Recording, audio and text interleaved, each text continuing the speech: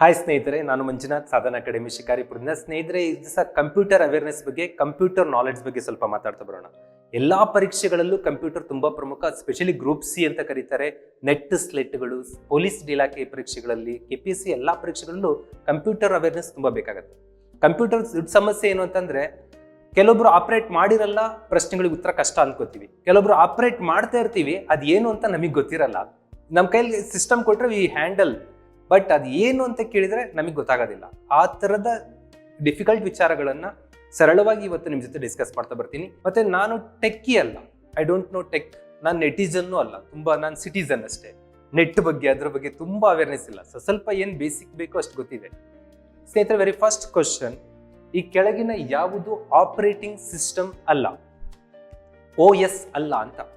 Windows, Linux, Macintosh and Mozilla, 4 choice ಇದೆ. ಯಾವುದು ಅಲ್ಲ ಅಂತ ಗೊತ್ತಿರಬೇಕು. ಆಪರೇಟಿಂಗ್ ಸಿಸ್ಟಮ್ ಥಿಂಕ್ ಮಾಡಿ. Right answer Mozilla. ಮೊಜಿಲ್ಲಾ ಇದು OS ಅಲ್ಲ. ಏನಿದು OS, ಆಪರೇಟಿಂಗ್ ಸಿಸ್ಟಮ್ ಅಂದ್ರೆ ಏನು ಅಂದ್ರೆ, ಸ್ನೇಹಿತರೆ, ಈಗ ನೀವು ಒಂದು ಮೊಬೈಲ್ ತಗೊಂಡಿದ್ದೀರಾ. ನಿಮ್ಮ ಮೊಬೈಲ್ ಸ್ಯಾಮ್ಸಂಗ್ ಇರ್ಬೋದು, ನಿಮ್ಮ ಮೊಬೈಲ್ ನೋಕಿಯಾನೇ ಇರ್ಬೋದು, ನಿಮ್ಮ ಮೊಬೈಲು MI ಇರ್ಬೋದು, ಶಿಯಾಮಿ. ಅದು ಯಾವುದೇ ಇದ್ರೂ ಆ body of the nine, Xiaomi, Samsung, Nokia ಹೇಳಿದ್ನಲ್ಲ, ದಟ್ ಈಸ್ ಹಾರ್ಡ್ವೇರ್. ಬಟ್ ಅದ್ರ ಒಳಗಡೆ ಜೀವ ಇದೆಯಲ್ಲ, ಈಗ ನಾನು ಮನುಷ್ಯ ಮಂಜುನಾಥ್ ಇದೀನಲ್ಲ, ದಿಸ್ ಈಸ್ ಹಾರ್ಡ್ವೇರ್. ಇದ್ರೊಳಗಡೆ ಜೀವ ಇದೆಯಲ್ಲ, ಇದನ್ನ ನಡೆಸುವಂತ ಕ್ರಿಯೆ, ನಡೆಸುವಂತ ಜೀವ, ದಟ್ ಈಸ್ ಆಪರೇಟಿಂಗ್ ಸಿಸ್ಟಮ್. ಮೊಬೈಲ್ಗಳಲ್ಲೂ OS ಇರುತ್ತೆ, ಇಲ್ಲ ಸಿಸ್ಟಮ್ಗಳಲ್ಲೂ OS ಇರುತ್ತೆ. ವಿತೌಟ್ OS ನಿಮ್ಮ ಕಂಪ್ಯೂಟರ್ ಒಂದು ನಿರ್ಜೀವ ವಸ್ತು, ಅದಕ್ಕೆ ಜೀವ ಇರಲ್ಲ. ಆ OSಗಳಲ್ಲಿ 2 ವಿಧ ಇರುತ್ತೆ. Open source software operating system and closed source ಅಂತ ಕರಿತೀವಿ. ಏನಿದು ಓಪನ್ ಸೋರ್ಸ್, ಕ್ಲೋಸ್ಡ್ ಸೋರ್ಸ್ ಅಂತ ಅಂದ್ರೆ, ಮುಕ್ತವಾಗಿ ಇದನ್ನ ಬಿಟ್ಟಿರ್ತಾರೆ, ಫ್ರೀ ಆಫ್ ಕಾಸ್ಟ್ ಇರುತ್ತೆ, ಅದಕ್ಕೇನು ಪೇಮೆಂಟ್ ಮಾಡ್ಬೇಕಿರಲ್ಲ. ನೆಕ್ಸ್ಟ್ ನಂಬರ್ 2, ಅದರಲ್ಲಿ ಸ್ವಲ್ಪ ಮಾಡಿಫಿಕೇಶನ್ಗಳು ಮಾಡ್ಕೋಬಹುದು. ಈಗ ಕಾರ್ಗಳನ್ನ ತಂದು ಯಾವುದೋ ಒಂದು ಮಾರುತಿ ಸುಜುಕಿ ಅವ್ರ ಕಾರ್ ತಗೊಂಬಂದು ಅದಕ್ಕೆ ಆಡಿ ಅಂತ ಚೇಂಜ್ ಮಾಡ್ಬಿಟ್ಟಿರ್ತಾರೆ, ಅದ್ರ ಲೈನಿಂಗ್ ಎಲ್ಲ ಚೇಂಜ್ ಮಾಡಿ. ಆ ತರ ಲೇಯರ್ಗಳನ್ನ ಚೇಂಜ್ ಮಾಡ್ಬೋದು. ಆ ಎಲ್ಲ ಅವಕಾಶ ಈ ಓಪನ್ ಸೋರ್ಸ್ ಸಾಫ್ಟ್ವೇರ್ಗಳಲ್ಲಿ ಇರುತ್ತೆ. ಓಪನ್ ಸೋರ್ಸ್ಗೆ ದಿ ಬೆಸ್ಟ್ ಎಕ್ಸಾಂಪಲ್ ಅಂದ್ರೆ ಲಿನಕ್ಸ್ ಅಂತ ಇದೆ OS, ಯುನಿಕ್ಸ್ ಲೈಕ್ ಅಂತ ಒಂದಿದೆ, ರೆಡ್ ಹ್ಯಾಟ್ ಇದೆ, ಅಂಡ್ ದೆನ್ ಉಬುಂಟು, ಎಜುಬುಂಟು, ಈ ತರ ಎಲ್ಲ ಬರ್ತವೆ. ಇವು ಓಪನ್ ಸೋರ್ಸು, ಅವು ಫ್ರೀ ಅವೈಲೇಬಲ್ ಇದೆ, ಪರ್ಚೇಸ್ ಮಾಡೋದು ಬೇಡ, ಪೇ ಮಾಡಿ.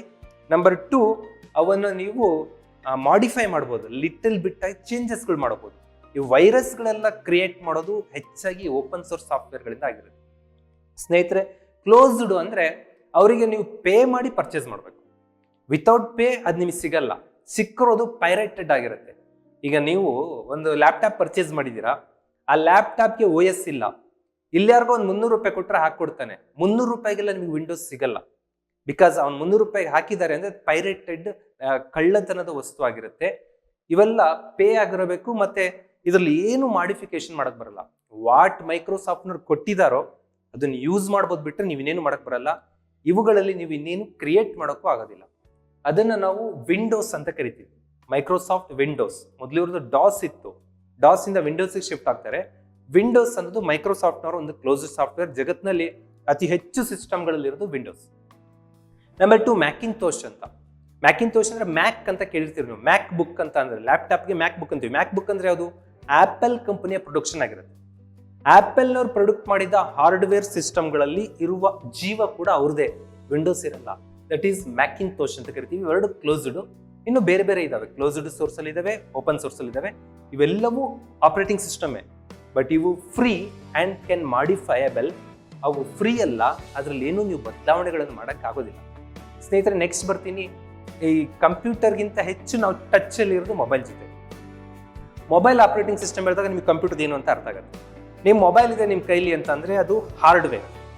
ಅದು ನೀವು ಏನೇ ಮುಟ್ಟಿದ್ರು ಅಲ್ಲಿ ಕೆಲಸ ಆಗ್ತಾ ಇದ್ರೆ ಅದ್ರಲ್ಲಿ OS ಇದೆ ಅಂತ ಅರ್ಥ. ಆ OS ಯಾವ್ದಿರುತ್ತೆ? ಜಗತ್ತಿನ 80ಕ್ಕಿಂತ ಹೆಚ್ಚು ಪರ್ಸೆಂಟೇಜ್ ಮೊಬೈಲ್ಗಳಲ್ಲಿ ಆಂಡ್ರಾಯ್ಡ್ ಆಪರೇಟಿಂಗ್ ಸಿಸ್ಟಮ್ ಇದೆ. ಆಂಡ್ರಾಯ್ಡ್ ಗೂಗಲ್ನವ್ರ ಪ್ರೊಡಕ್ಷನ್ ಇದೆ. ಗೂಗಲ್ ಅಂತ ಏನು ಜಗದ್ವಿಖ್ಯಾತ ಕಂಪನಿ ಇದೆ, ಗೂಗಲ್ ಲಿಂಕ್, ಅವರ ಪ್ರಾಡಕ್ಟ್ ಆಗಿದೆ ಆಂಡ್ರಾಯ್ಡ್. ನಿಮ್ಮ ಕೈಯಲ್ಲಿ ಸ್ಯಾಮ್ಸಂಗ್ ಮೊಬೈಲ್ ಇರ್ಬೋದು, ಒಳಗಡೆ ಸೆಟ್ಟಿಂಗ್ಸ್ ಅಲ್ಲಿ ಹೋಗ್ರಿ, ಅಬೌಟ್ ಫೋನ್ ಹೋಗ್ರಿ, ಅಬೌಟ್ ಫೋನ್ ಒಳಗಡೆ ಆಂಡ್ರಾಯ್ಡ್ ಬರುತ್ತೆ. ವರ್ಷನ್ ಮೇಲೆ ಒಂದು 2-3 ಸರಿ ಕ್ಲಿಕ್ ಮಾಡಿದ್ರೆ ಆಂಡ್ರಾಯ್ಡ್ ವರ್ಷನ್ ಯಾವುದು ಅಂತಲೂ ಗೊತ್ತಾಗುತ್ತೆ. That is OS. ಇದರಲ್ಲೇ ಕ್ಲೋಸ್ಡ್ ಇದೆ ವಿಂಡೋಸ್. ಈಗ ವಿಂಡೋಸ್ ಫೋನ್ಗಳು ತುಂಬಾ ಕಡಿಮೆ, ಲುಮಿಯಾ ಅವೆಲ್ಲ ಬಂದಿತ್ತು, ಈಗಿಲ್ಲ.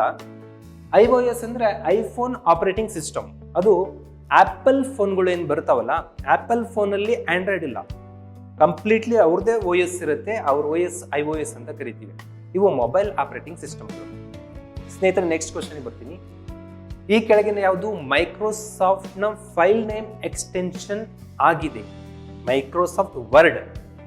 ನಿಮ್ಮ ಆಫೀಸಲ್ಲಿ MS ಆಫೀಸ್ ಅಂತ ಬರುತ್ತೆ. MS ಆಫೀಸ್ ಅಂದ್ರೆ ಮೈಕ್ರೋಸಾಫ್ಟ್ನವ್ರು ಕೊಟ್ಟಂತ ಆಫೀಸ್ ಅಪ್ಲಿಕೇಶನ್ ಸಾಫ್ಟ್ವೇರ್. ವಿಂಡೋಸ್ ಅನ್ನೋದು operating system, that's not application software. ಈಗ ನಾನು ಒಂದು ಲೆಟರ್ ಬರೀಬೇಕು, MS ಆಫೀಸಲ್ಲಿ ಒಂಥರದ ವ್ಯವಸ್ಥೆ ಇದೆ. ನಾನೊಂದು ಲೆಕ್ಕಾಚಾರ ಮಾಡಬೇಕು, MS ಆಫೀಸಲ್ಲಿ ಒಂಥರ ವ್ಯವಸ್ಥೆ ಇರುತ್ತೆ. ಆಫೀಸ್ ವರ್ಕ್ ಮಾಡಬೇಕಾದಂಥ ಒಂದು ಸಿಸ್ಟಮ್ನ MS ಆಫೀಸ್ ಅಂತೀವಿ. ಅದರಲ್ಲಿ ಒಂದು MS ವರ್ಡ್. MS ವರ್ಡ್ನ ಫೈಲ್ ಎಕ್ಸ್ಟೆನ್ಷನ್ ಯಾವುದು? .wrd, .doc, .fls, .xls ಅಂತ ಇದೆ. ರೈಟ್ ಆನ್ಸರ್ .doc, ಡಾಕ್ಯುಮೆಂಟ್ ಅಂತ ಕರಿತೀವಿ.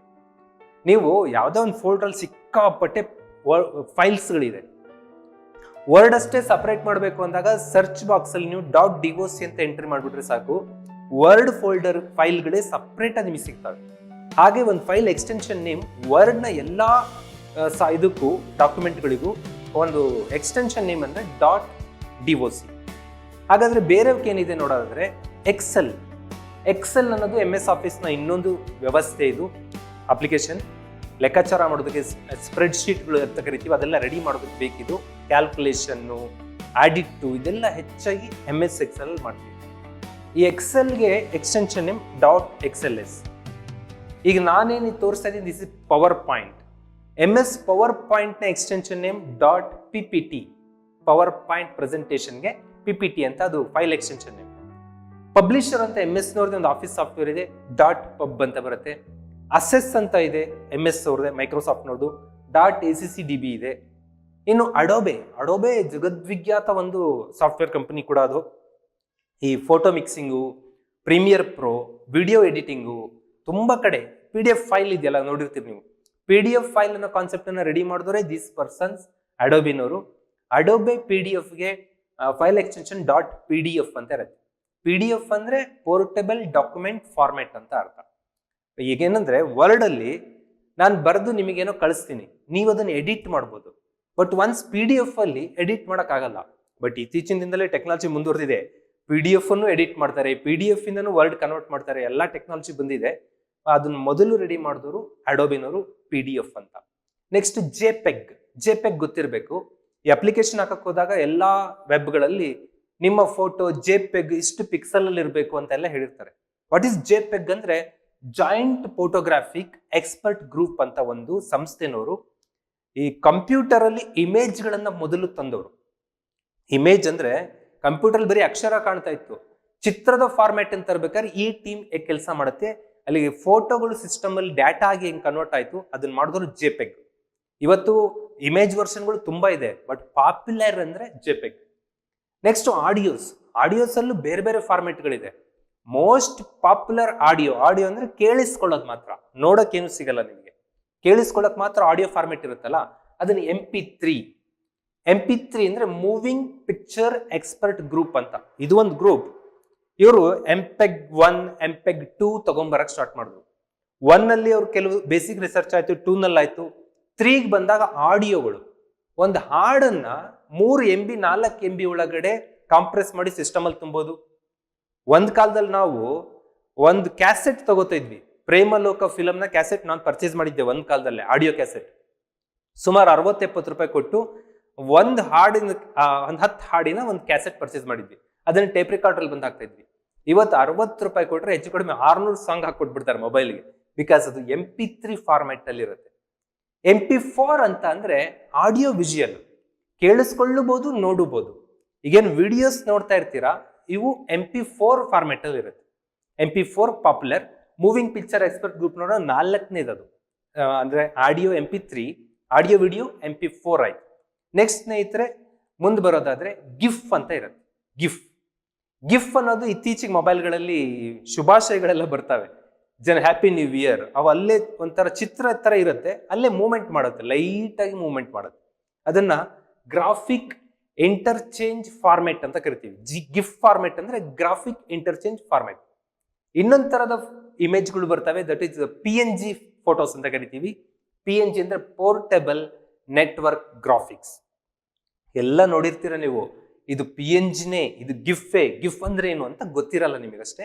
ಅದನ್ನ ನಾವು ಕ್ಲಿಯರ್ ಮಾಡ್ತಾ ಇದೀವಿ. ನೆಕ್ಸ್ಟ್ ಮಿತ್ರರೇ, 3ನೇ ಪ್ರಶ್ನೆಗೆ ಬರ್ತೀನಿ. ಆಡಿಯೋ ವಿಜುವಲ್ ಪೋರ್ಟ್ ಆಗಿದೆ. ಆಡಿಯೋ ಅಂದ್ರೆ ಅದ್ರಲ್ಲಿ ಸೌಂಡು ಪಾಸ್ ಆಗಬೇಕು, ಅದ್ರಲ್ಲಿ ವಿಜುವಲ್ ಮೀನ್ಸ್ ವಿಡಿಯೋನು ಪಾಸ್ ಆಗಬೇಕು.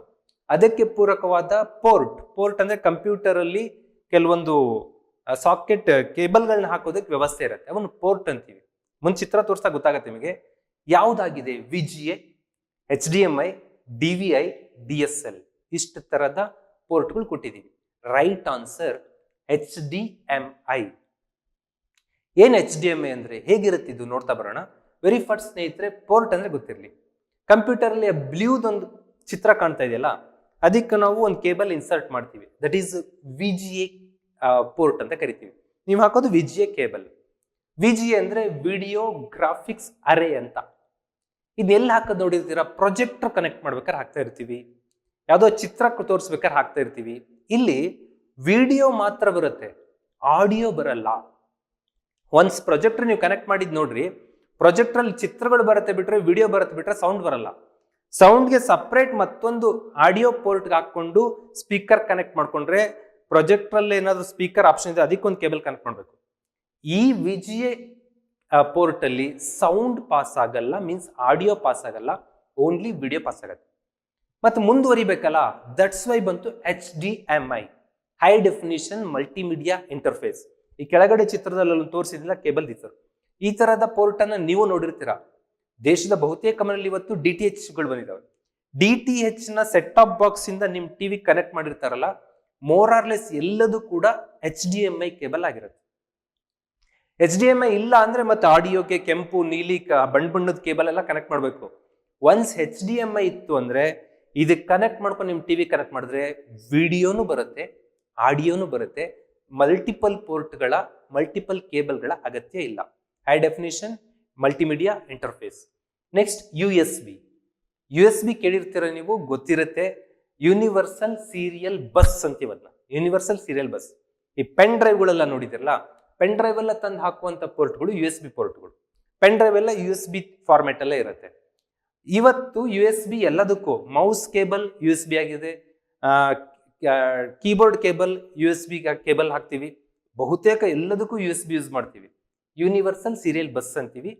ಮೈಕ್ರೋ USB ಅಂತ ಕಾನ್ಸೆಪ್ಟ್ ಇದೆ, ಇದಂತೂ ನೀವು ನೋಡಿರ್ಲೇಬೇಕು, ಮುಟ್ಟಿರ್ಲೇಬೇಕು. ಬಿಕಾಸ್ ಮೈಕ್ರೋ USB ಅಂದ್ರೆ ಕೆಳಗಡೆ ಕೇಬಲ್ಗಳು ಕಾಣ್ತಾ ಇದಾವಲ್ಲ, ನಿಮ್ ಮೊಬೈಲ್ ಅಲ್ಲಿ ಚಾರ್ಜ್ ಹಾಕ್ತಿರಲ್ಲ, ಮೊಬೈಲ್ ಚಾರ್ಜ್ ಹಾಕೋದು, ಮೊಬೈಲ್ ಸ್ವಲ್ಪ ಟೈಮ್ ಆಡಿಯೋ ಕೇಳೋಂಥದ್ದು ಏನ್ ಹಾಕ್ತಿರಲ್ಲ, this one first cable, that is micro USB.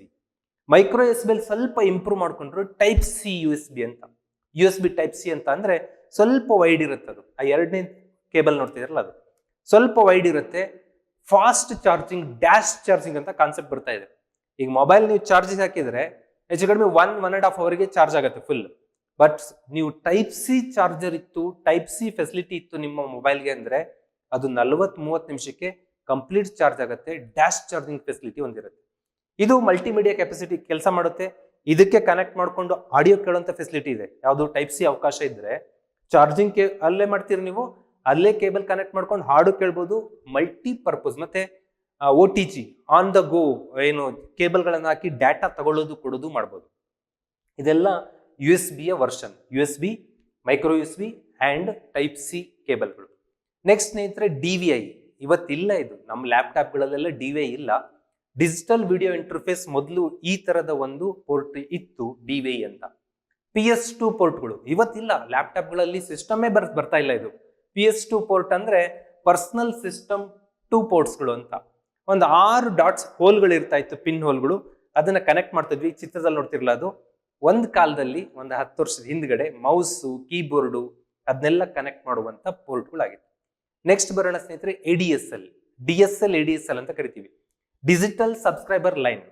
Telephone line ಇರುತ್ತೆ ನಿಮ್ಮ ಮನೆಗೆ, ಅದಕ್ಕೆ ನೀವು ಕಂಪನಿ ಜೊತೆ ಒಪ್ಪಂದ ಮಾಡ್ಕೊಂಡು ಡಿಜಿಟಲ್ ಸಬ್ಸ್ಕ್ರೈಬರ್ ಆದ್ರಿ ಅಂದ್ರೆ, ಡಿಜಿಟಲ್ ಅಂದ್ರೆ ಡಾಟಾನು ತಗೋತೀವಿ, ಬ್ರಾಡ್ಬ್ಯಾಂಡ್ ಫೆಸಿಲಿಟಿ ಕೊಡ್ರಿ ಅಂತ ನೀವೇನ ತಗೊಂಡ್ರೆ, ಆ ಫೋನ್ ಲೈನ್ ಅನ್ನ ತಂದು ಲ್ಯಾಪ್ಟಾಪ್ಗೆ ಅಥವಾ ಸಿಸ್ಟಮ್ಗೆ ಕನೆಕ್ಟ್ ಮಾಡ್ಬೋದು. ಇದನ್ನ ADSL, ಅಸಿಮ್ಯಾಟ್ರಿಕ್ ಡಿಜಿಟಲ್ ಸಬ್ಸ್ಕ್ರೈಬರ್ ಲೈನ್ ಅಥವಾ ಡಿಜಿಟಲ್ ಸಬ್ಸ್ಕ್ರೈಬರ್ ಲೈನ್ ಅಂತ ಕರಿತೀವಿ. ಇದನ್ನ ಕನೆಕ್ಟ್ ಮಾಡಿದಾಗ ನಿಮ್ಗೆ ಇಂಟರ್ನೆಟ್ ಸಿಗುತ್ತೆ. ಬಟ್ ಇದು ಕನೆಕ್ಟ್ ಮಾಡೋ ಮೊದಲು ಒಂದು ಡಿವೈಸ್ ಬೇಕು, ಮೋಡೆಮ್ ಅಂತ ಕರಿತಾ ಇದ್ವಿ. ಮೋಡೆಮ್, ಮಾಡ್ಯುಲೇಷನ್, ಡಿಮಾಡ್ಯುಲೇಷನ್, ಇನ್ನೊಂದು ರೂಟರ್ಗಳು ಅಂತ ಬಂದಿದ್ದಾವೆ ಇವತ್ತು. ರೂಟರ್ಸ್ಗಳ ಮೂಲಕ ಕನೆಕ್ಟ್ ಮಾಡ್ಬೋದು. ಅವೆಲ್ಲ ಇಂಟರ್ನೆಟ್ ಕನೆಕ್ಟ್ ಮಾಡೋಕೆ ಪೂರಕವಾದ ಡಿವೈಸ್. ನೀವು ಟೆಲಿಫೋನ್ ಕೇಬಲ್ ತಂದು ಡೈರೆಕ್ಟ್ ಹಾಕಕ್ ಬರಲ್ಲ. ಟೆಲಿಫೋನ್ ಕೇಬಲ್ ತಂದು ಮನೆಯಲ್ಲಿರುವ ಮೋಡಮ್ ಕನೆಕ್ಟ್ ಮಾಡ್ತೀರಾ, ಮೋಡಮ್ ಇಂದ ಅದೇ ಮತ್ತೆ ಕಂಟಿನ್ಯೂ ಮಾಡ್ಕೊಂಡ್ಬಂದು ಸಿಸ್ಟಮ್ ಹಾಕ್ತೀರಾ. ದಟ್ ಈಸ್ ADSL ಪೋರ್ಟ್ ಅಂತ ಕರಿತೀವಿ. ಸ್ನೇಹಿತರೆ, ನೆಕ್ಸ್ಟ್ ಕ್ವಶನ್ ಬರ್ತೀನಿ. ಫಾರ್ಮ್ಯಾಟ್ ಬಗ್ಗೆ, ಯಾವ ಫಾರ್ಮ್ಯಾಟ್ ಅಲ್ಲಿ ಇರುತ್ತೆ ಅಂತ. ಕೆಳಗಿನ ಯಾವುದರ ಫಾರ್ಮ್ಯಾಟ್ ಅನ್ನು ಶೀಟ್ ಅಂತ ಕರಿತೀವಿ. ಶೀಟ್. ವರ್ಡ್ ಅಂದ್ರೆ ಗೊತ್ತು ನಿಮಗೆ, ಎಕ್ಸೆಲ್ ಗೊತ್ತು, ಪವರ್ ಪಾಯಿಂಟ್ ಗೊತ್ತು, ಅಸೆಸ್ ಗೊತ್ತು. ಹಾಗಾದ್ರೆ ಅದ್ರ ಯಾವ್ದ್ರ ಫಾರ್ಮ್ಯಾಟ್ಗೆ ಶೀಟ್ ಅಂತೀವಿ ನೋಡೋದಾದ್ರೆ ರೈಟ್ ಆನ್ಸರ್ ಎಕ್ಸೆಲ್ ನ ಫಾರ್ಮ್ಯಾಟ್ಗಳಿಗೆ, MS ಎಕ್ಸೆಲ್ ನ ಫಾರ್ಮ್ಯಾಟ್ಗಳಿಗೆ ಶೀಟ್ ಅಂತ ಕರಿತೀವಿ. Spread sheet. ಏನಿದು ಎಕ್ಸೆಲ್ ಶೀಟ್ ಅಂದ್ರೆ ಹಿಂಗಿರುತ್ತೆ. ಇಲ್ಲಿ ನೋಡ್ತಾ ಇದೀರಲ್ಲ, ಇದು ಕಾಲಮ್ಸ್, ರೋಸ್ಗಳು. ಕಾಲಮ್ಸ್ಗಳು ಅಂದ್ರೆ ಹೀಗೆ ಲಂಬವಾಗಿರೋದು, ರೋಸ್ಗಳು ಅಂದ್ರೆ ಅಡ್ಡವಾಗಿರೋದು. ಇಲ್ಲಿ ಒಂದ್ರ ಮೇಲೆ ಬರೆದು ಟ್ಯಾಬ್ ಹೊಡೆದ್ರೆ ನೆಕ್ಸ್ಟ್ ಹೋಗ್ತಾ ಇರುತ್ತೆ, ನೆಕ್ಸ್ಟ್ ಡೌನ್ ಬರ್ತಾ ಇರುತ್ತೆ. ಹುಡುಗರ ಹೆಸರುಗಳು, ಅವ್ರು ತೆಗೆದುಕೊಂಡ ಮಾರ್ಕ್ಸ್ಗಳು, ಎಂಪ್ಲಾಯೀಸ್ ನೇಮ್ಗಳು, ಅವ್ರು ತಗೊಂಡ ಸ್ಯಾಲ್ರಿಗಳು, ಟೋಟಲ್. ಇಮಿಡಿಯೇಟ್ ನೀವು ಏನ್ ಬೇಕೋ ಅದನ್ನ ಕ್ವಿಕ್ ಆಗಿ ಕ್ಯಾಲ್ಕುಲೇಷನ್ ಮಾಡೋದಕ್ಕೆ. ನಮ್ಮ ಸ್ಕೂಲ್ ಟೀಚರ್ಸ್ಗಳಿಗೆ ಎಕ್ಸೆಲ್ ಕಲ್ತ್ಬಿಟ್ರೆ ಅಷ್ಟು ಮಕ್ಕಳ ಡಾಟಾ ಇಂಟರ್ಫೇರೆನ್ಸ್ ವಿತಿನ್ 10 ಮಿನಿಟ್ ಅಲ್ಲಿ ಮಾಡ್ಬಿಡ್ಬೋದು. ಸ್ಕೂಲ್ ಟೀಚರ್ಸ್, ಪ್ರೊಫೆಸರ್ಸ್ಗಳು ಈ ಎಕ್ಸೆಲ್ ಶೀಟ್ ಗೊತ್ತಿಲ್ಲದೆ ಇದ್ದಾಗ ಇವರೇ ಕ್ಯಾಲ್ಕುಲೇಟರ್ ಹೊಡೆದು ಕೂಡ್ತಾ ಇರ್ತಾರೆ. ಆ ಮಟ್ಟಕ್ಕೆ ಅದ್ಭುತವಾದ ಅಪ್ಲಿಕೇಶನ್ ಸಾಫ್ಟ್ವೇರ್ ಎಕ್ಸೆಲ್. ಇದನ್ನ ಫಾರ್ಮ್ಯಾಟ್ಗೆ ಶೀಟ್ ಅಂತ ಕರಿತೀವಿ. ವರ್ಲ್ಡ್ ನೋಡಿರ್ತೀರಿ ನೀವು, ಖಾಲಿ ಪೇಜ್, ಅಲ್ಲಿ ಬರೀಬಹುದು ಲೆಟರ್ಗಳು, ಅದು ಇದು. ಇದನ್ನ ಡಾಕ್ಯುಮೆಂಟ್ ಅಂತ ಕರಿತೀವಿ. ವರ್ಲ್ಡ್ ನ ಫಾರ್ಮ್ಯಾಟ್ಗೆ ನಾವು ಡಾಕ್ಯುಮೆಂಟ್, ಅದಕ್ಕೆ DOC ಅಂತ ಹೇಳಿದ್ದು. ನಾನೇ ಮೊದಲು ಲೆಟರ್ ಹೆಡ್ಗಳು ಮಾಡ್ಬೇಕಿತ್ತು ನನ್ನ ಆಫೀಸ್ಗೆಲ್ಲ. ಪ್ರತಿ ಪೇಜ್ಗೂ ಲೆಟರ್ ಹೆಡ್ ಕಾಪಿ ಮಾಡ್ಕೊಂಡು ತಂದು ಇಟ್ಕೋತಾ ಇದ್ದೆ. ಒಂದಿನ ನಮ್ಮ ಹುಡುಗ ಒಬ್ಬ ಬಂದ, ಸರ್ ಏನ್ ಸರ್ ಹಂಗ್ ಮಾಡ್ತೀರಾ, ಹೆಡರ್ ಫುಟರ್ ಫಿಕ್ಸ್ ಮಾಡ್ಬಿಡೋಣ. ಹೆಡರ್ ಫಿಕ್ಸ್ ಮಾಡ್ತಾನೆ, ಆಟೋಮೆಟಿಕ್ಲಿ ಎಲ್ಲಾ ಪೇಜ್ಗೂ ಲೆಟರ್ ಹೆಡ್ ರೆಡಿ. ನಾನು ಮತ್ತೆ ಕಾಪಿ ಪೇಸ್ಟ್ ಮಾಡೋದು ಬೇಡ, ಅಲ್ಲಿ ತಗೊಂಡು ಬರ್ಕೊಂಡು ಹೋಗ್ಬೋದು. ತುಂಬಾ ಯೋಚನೆ ಮಾಡಿ ಏನೇನು ಇಶ್ಯೂಸ್ ಇದೆ ಅದನ್ನೆಲ್ಲ ಸ್ಟಡಿ ಮಾಡಿರ್ತಾರೆ. ನಾವು ಚೂರು ಕಲ್ತ್ಕೊಂಡ್ಬಿಟ್ರೆ ಸಾಕು, ಒಳ್ಳೆ ವರ್ಲ್ಡ್ ಎಕ್ಸ್ಪರ್ಟ್ ಆಗ್ಬೋದು. ದಿಸ್ ಈಸ್ ಅ ಡಾಕ್ಯುಮೆಂಟ್ ಅಂತ ಕರಿತೀವಿ ವರ್ಡ್ ಫಾರ್ಮ್ಯಾಟ್ಗೆ. ಇನ್ನು ನಾವು ಮಾಡ್ತಿದೀವಲ್ಲ, ಈ ಪಾಠ ಮಾಡ್ಬೇಕಾದ್ರೆ ಬಳಸೋದೆಲ್ಲ ಪವರ್ ಪಾಯಿಂಟ್ ಅನ್ನ ಪ್ರೆಸೆಂಟೇಷನ್ಗೆ ಬಳಸ್ತೀವಿ, ಪ್ರದರ್ಶನಕ್ಕಾಗಿ ಬಳಸ್ತೀವಿ. ಅದನ್ನ ನಾವು ಸ್ಲೈಡ್ ಅಂತ ಕರಿತೀವಿ. Excel sheet, world document, PowerPoint, slides ಅಂತ ಕರಿತೀವಿ. ಇದೇನು ತೋರಿಸ್ತೀವಿ, ಇದನ್ನ ನೀವು ಶೀಟ್ ಅನ್ಬಾರ್ದು, ಡಾಕ್ಯುಮೆಂಟ್ ಅನ್ಬಾರ್ದು, ಪೇಜ್ ಅನ್ಬಾರ್ದು. ದಿಸ್ ಈಸ್ ಸ್ಲೈಡ್ ಅಂತ ಕರಿತೀವಿ. ಸ್ನೇಹಿತರೆ, ನೆಕ್ಸ್ಟ್ ಬರೋಣ. ಕೆಳಗಿನ ಯಾವುದು ಹಾನಿಕಾರಕ ಮಾಲ್ವೇರ್ ಆಗಿದೆ? ನಾವು ಇಷ್ಟೊತ್ತರೆಗೂ ಸಾಫ್ಟ್ವೇರ್ ಬಗ್ಗೆ ಮಾತಾಡ್ತೀವಿ. ಸಾಫ್ಟ್ವೇರ್ ಅಂದ್ರೆ ನಮ್ಗೆ ಎಷ್ಟು ಸುಲಭಗೊಳಿಸಬೇಕು ಅಷ್ಟು ಸಹಕಾರ ಮಾಡುವಂತ ಒಂದು ಸಿಸ್ಟಮ್. ಅದು ಅಪ್ಲಿಕೇಶನ್ ಸಾಫ್ಟ್ವೇರ್ ಆಗಿರ್ಬೋದು, ಆಪರೇಟಿಂಗ್ ಸಾಫ್ಟ್ವೇರ್ ಆಗಿರ್ಬೋದು. ನಮ್ಮ ಕೆಲಸನ ತುಂಬಾ ಈಸಿ ಮಾಡ್ತಾ ಇರತ್ತೆ. ನಾನು ಇದೆಷ್ಟನ್ನು ಪೆನ್ನಲ್ಲಿ ಕೈಯಲ್ಲಿ ಬರೆದು ತೋರಿಸೋದಾಗಿದ್ರೆ 1.5-2 ಗಂಟೆ ಕ್ಲಾಸ್ ಆಗ್ತಾ ಇತ್ತು. ಇವತ್ತು ರೆಡಿ ಬರ್ಕೊಂಬಂದಿದ್ದೀನಿ, ಟಕ್ ಅಂತ ಮುಂದಕ್ಕೆ ಹೋಗ್ತಾ ಇದ್ದೀನಿ. ಅವೆಲ್ಲ ಸಾಫ್ಟ್ವೇರ್. ಆ ಸಾಫ್ಟ್ವೇರ್ ಇರೋ ಕಡೆ, ಈಗ ಒಳ್ಳೆಯವ್ರು ಇರೋ ಕಡೆ ಕೆಟ್ಟವ್ರು ಇರಲೇಬೇಕಲ್ಲ.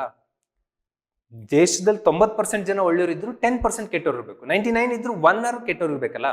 ಹಾಗೆ ಸಾಫ್ಟ್ವೇರ್ಗಳಿಗೆ ಕೌಂಟರ್ ಆಗಿ ಬಂದವೆ ಮಾಲ್ವೇರ್ಗಳು. ಮಾಲಿಷಿಯಸ್ ಸಾಫ್ಟ್ವೇರ್ ಅಂತ, ಹಾನಿಕಾರಕ ಸಾಫ್ಟ್ವೇರ್ಗಳು. ಇವು ಸಾಫ್ಟ್ವೇರ್ ಅಲ್ಲ ಅಂತಲ್ಲ, ಇವು ಹಾಳು ಮಾಡೋಕಿರುವಂತ ಸಾಫ್ಟ್ವೇರ್ಗಳು, ಒಳ್ಳೇದು ಮಾಡೋಕಲ್ಲ. ವರ್ಮ್ಸ್ಗಳು, ransomware, spyware, adware and rootkits, then Trojan horse.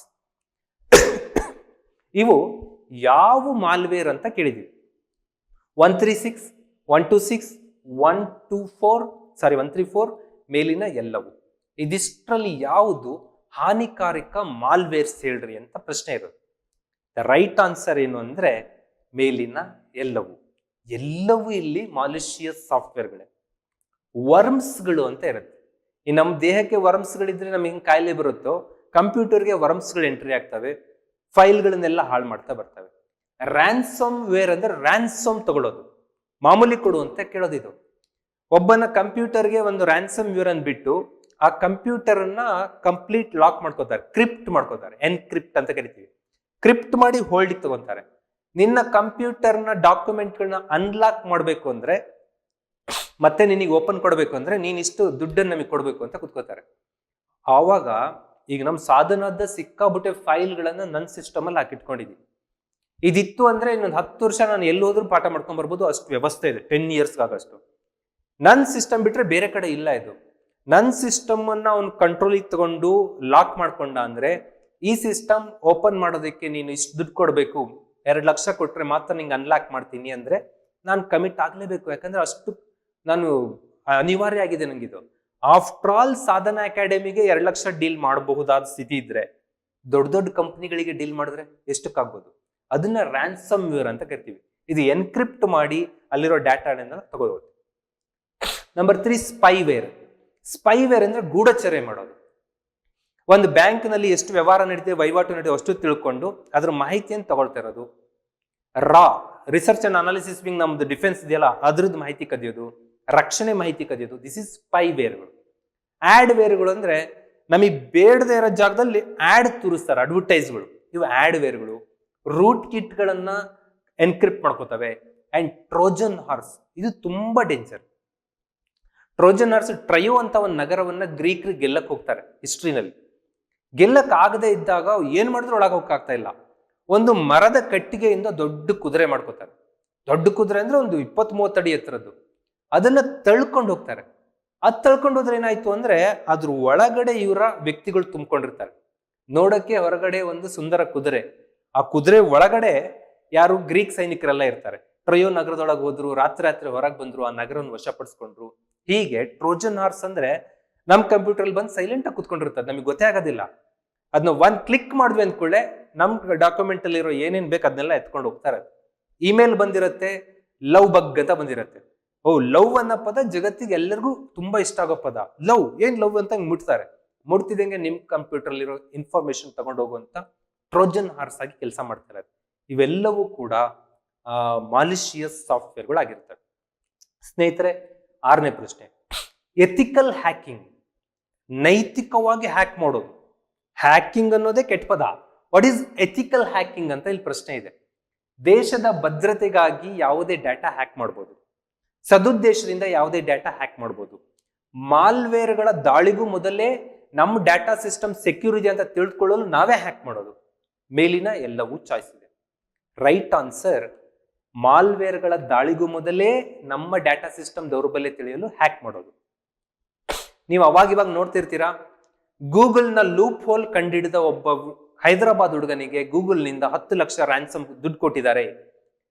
WhatsApp ನ ಲೂಪ್ ಹೋಲ್ ಕಂಡಿಡಿದ ಒಬ್ಬ ಹುಡುಗನಿಗೆ ವಾಟ್ಸಪ್ ನಿಂದ ಇಷ್ಟು ಲಕ್ಷ ದುಡ್ಡು ಕೊಟ್ಟಿದ್ದಾರೆ. ಏನು ಅಂದ್ರೆ, ನಾವೆಲ್ಲರೂ ವಾಟ್ಸಪ್ ಮೇಲೆ ನಂಬಿಕೆ ಇಟ್ಟುಕೊಂಡು ವಾಟ್ಸಪ್ ಇಂದ ನಮ್ಮ ಡಾಟಾ ಸೋರಿಕೆ ಆಗಲ್ಲ ಅನ್ಕೊಂಡು ಪರ್ಸನಲ್ ಚಾಟ್ ಮಾಡ್ತಾ ಇದೀವಿ. ನಾವ್ ಯಾರ್ದೋ ಒಬ್ರ ಜೊತೆ ಚಾಟ್ ಮಾಡೋದನ್ನ ಇನ್ಯಾರೋ ಕುತ್ಕೊಂಡು ತಿಳ್ಕೊಬೋದು ಅದೆಲ್ಲ ಅಂತ ಅಂದ್ರೆ ಹೇಗಾಗ್ಬೋದು ಪರಿಸ್ಥಿತಿ? ವಾಟ್ಸಪ್ ಅಲ್ಲೂ ಕೂಡ ಇಸ್ರೇಲಿ ಹ್ಯಾಕರ್ಸ್ಗಳು ಹ್ಯಾಕ್ ಮಾಡಿದ್ರು. ಇಂಡಿಯಾದ ಕೆಲವು ದೊಡ್ಡ ದೊಡ್ಡ ವ್ಯಕ್ತಿಗಳ ಮಾಹಿತಿಯನ್ನು ತಗೊಂಡ್ರು ಅಂತ ಈಗ ಸುದ್ದಿ ನಡೀತಾ ಇರೋದು. ವಾಟ್ಸಪ್ಪೇ ಸೆಕ್ಯೂರ್ ಇಲ್ಲ. ಅಲ್ಲಿಗೆ ವಾಟ್ಸಪ್ ಲೂಪ್ ಹೋಲ್ ಅನ್ನ ಮೊದಲೇ ತಿಳ್ಕೊಬೇಕು. ಒಬ್ಬ ಈ ಲೂಪ್ ಹೋಲ್ ಇದೆ ಅಂತ ತಿಳಿಸ್ಕೊಟ್ಟ ಅಂದ್ರೆ ವಾಟ್ಸಪ್ ಇಂದ ಅವನಿಗೆ ದುಡ್ಡು ಬರುತ್ತೆ.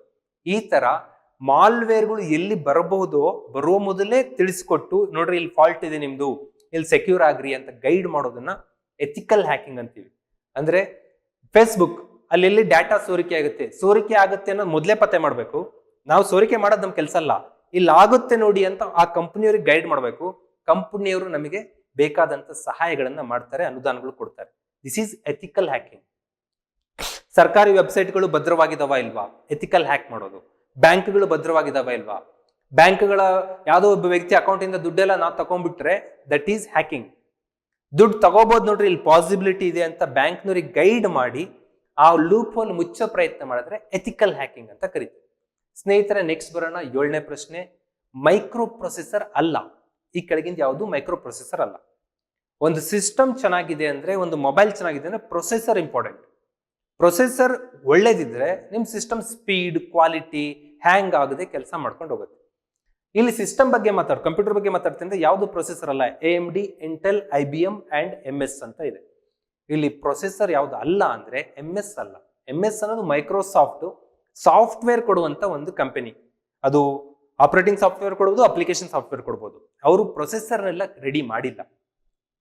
ಹಾಗಾದ್ರೆ ಯಾವುದು ಪ್ರೊಸೆಸರ್ಗಳು? AMD ಅನ್ನೋದು ಗೇಮಿಂಗ್ ಲ್ಯಾಪ್ಟಾಪ್, ಗೇಮಿಂಗ್ ಸಿಸ್ಟಮ್ಗಳಲ್ಲಿ ತುಂಬಾ ಹೆಸರು ಮಾಡಿರುವಂತ ಪ್ರೊಸೆಸರ್. AMD ಪ್ರೊಸೆಸರ್ ಇದೆ ಅಂದ್ರೆ ನೀವು ಫ್ರೀಲ್ಯಾನ್ಸ್ ಆಗಿ ಗೇಮ್ ಆಡ್ತಾ ಹೋಗ್ಬೋದು. ಎಷ್ಟು ಈಸಿಯಾಗಿ ಆಡ್ತೀರಾ ಅಂದ್ರೆ ಎಲ್ಲೂ ಹ್ಯಾಂಗಿಂಗ್ ಬರಲ್ಲ.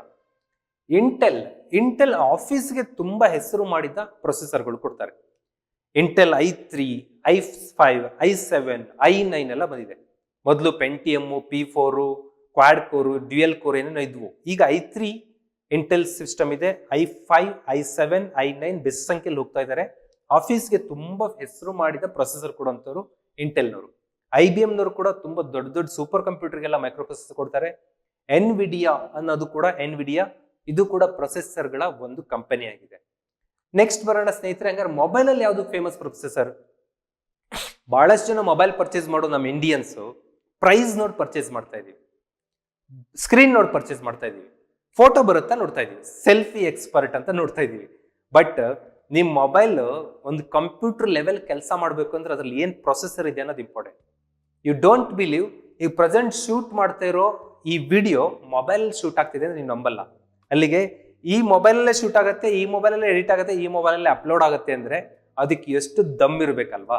ದಟ್ ಈಸ್ ಪ್ರೊಸೆಸರ್ ಮೇಲೆ ಡಿಪೆಂಡ್ ಆಗಿರುತ್ತೆ. ಆಪಲ್ನವರು ಬೇರೆ ಯಾವ ಪ್ರೊಸೆಸರ್ ಹಾಕಲ್ಲ, ಅವ್ರದೇ ಬಯೋನಿಕ್ ಅಂತ ಒಂದು ಸಾಫ್ಟ್ವೇರ್ ಇದಿದೆ ಪ್ರೊಸೆಸರ್. ಆಪಲ್ ಮೊಬೈಲ್ಗಳಲ್ಲಿ ಬಯೋನಿಕ್ ಪ್ರೊಸೆಸರ್ ಹಾಕೋತಾರೆ. ಇನ್ನು ನಿಮ್ಮ ಸ್ಯಾಮ್ಸಂಗು, ಒನ್ ಪ್ಲಸ್ ಅದು ಇದು ಮೊಬೈಲ್ಗಳಿದಾವಲ್ಲ, ಇವಕ್ಕೆ ಇವ್ಯಾವುದಾದ್ರೂ ಹಾಕಿರ್ತಾರೆ. ಫೇಮಸ್ ಅಂತ ಅಂದ್ರೆ ನಾನ್ ಆಪಲ್ ಅಲ್ಲಿ ಅತ್ಯಂತ ಪ್ರಖ್ಯಾತ ಪ್ರೊಸೆಸರ್ ಅಂದ್ರೆ ಸ್ನ್ಯಾಪ್ ಡ್ರ್ಯಾಗನ್ ಅಂತ. ಸ್ನ್ಯಾಪ್ ಡ್ರ್ಯಾಗನ್ ಅಲ್ಲಿ ವರ್ಷನ್ ಇರುತ್ತೆ 610, 630, 710.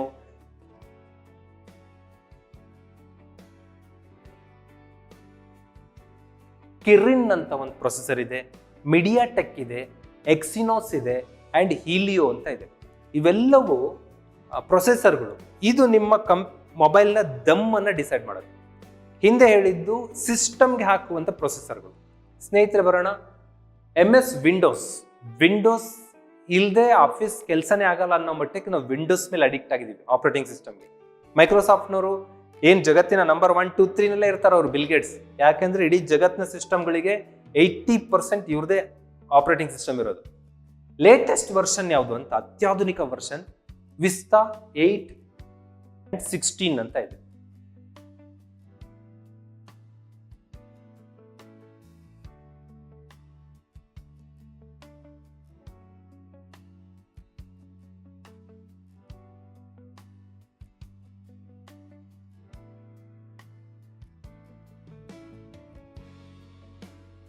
ಸ್ನೇಹಿತರೆ ನೆಕ್ಸ್ಟ್ ಬರೋಣ, MS ಆಫೀಸ್. ಇದು ಆಪರೇಟಿಂಗ್ ಸಿಸ್ಟಮ್ ಅಲ್ಲ, ಅಪ್ಲಿಕೇಶನ್ ಸಾಫ್ಟ್ವೇರ್. ಅತ್ಯಂತ ಹೊಸ ವರ್ಷನ್ ಯಾವುದು ಅಂತ ಅಂದ್ರೆ ಆಫೀಸ್ 10, 13, 16, 19 ಇದೆ. ರೈಟ್ ಆನ್ಸರ್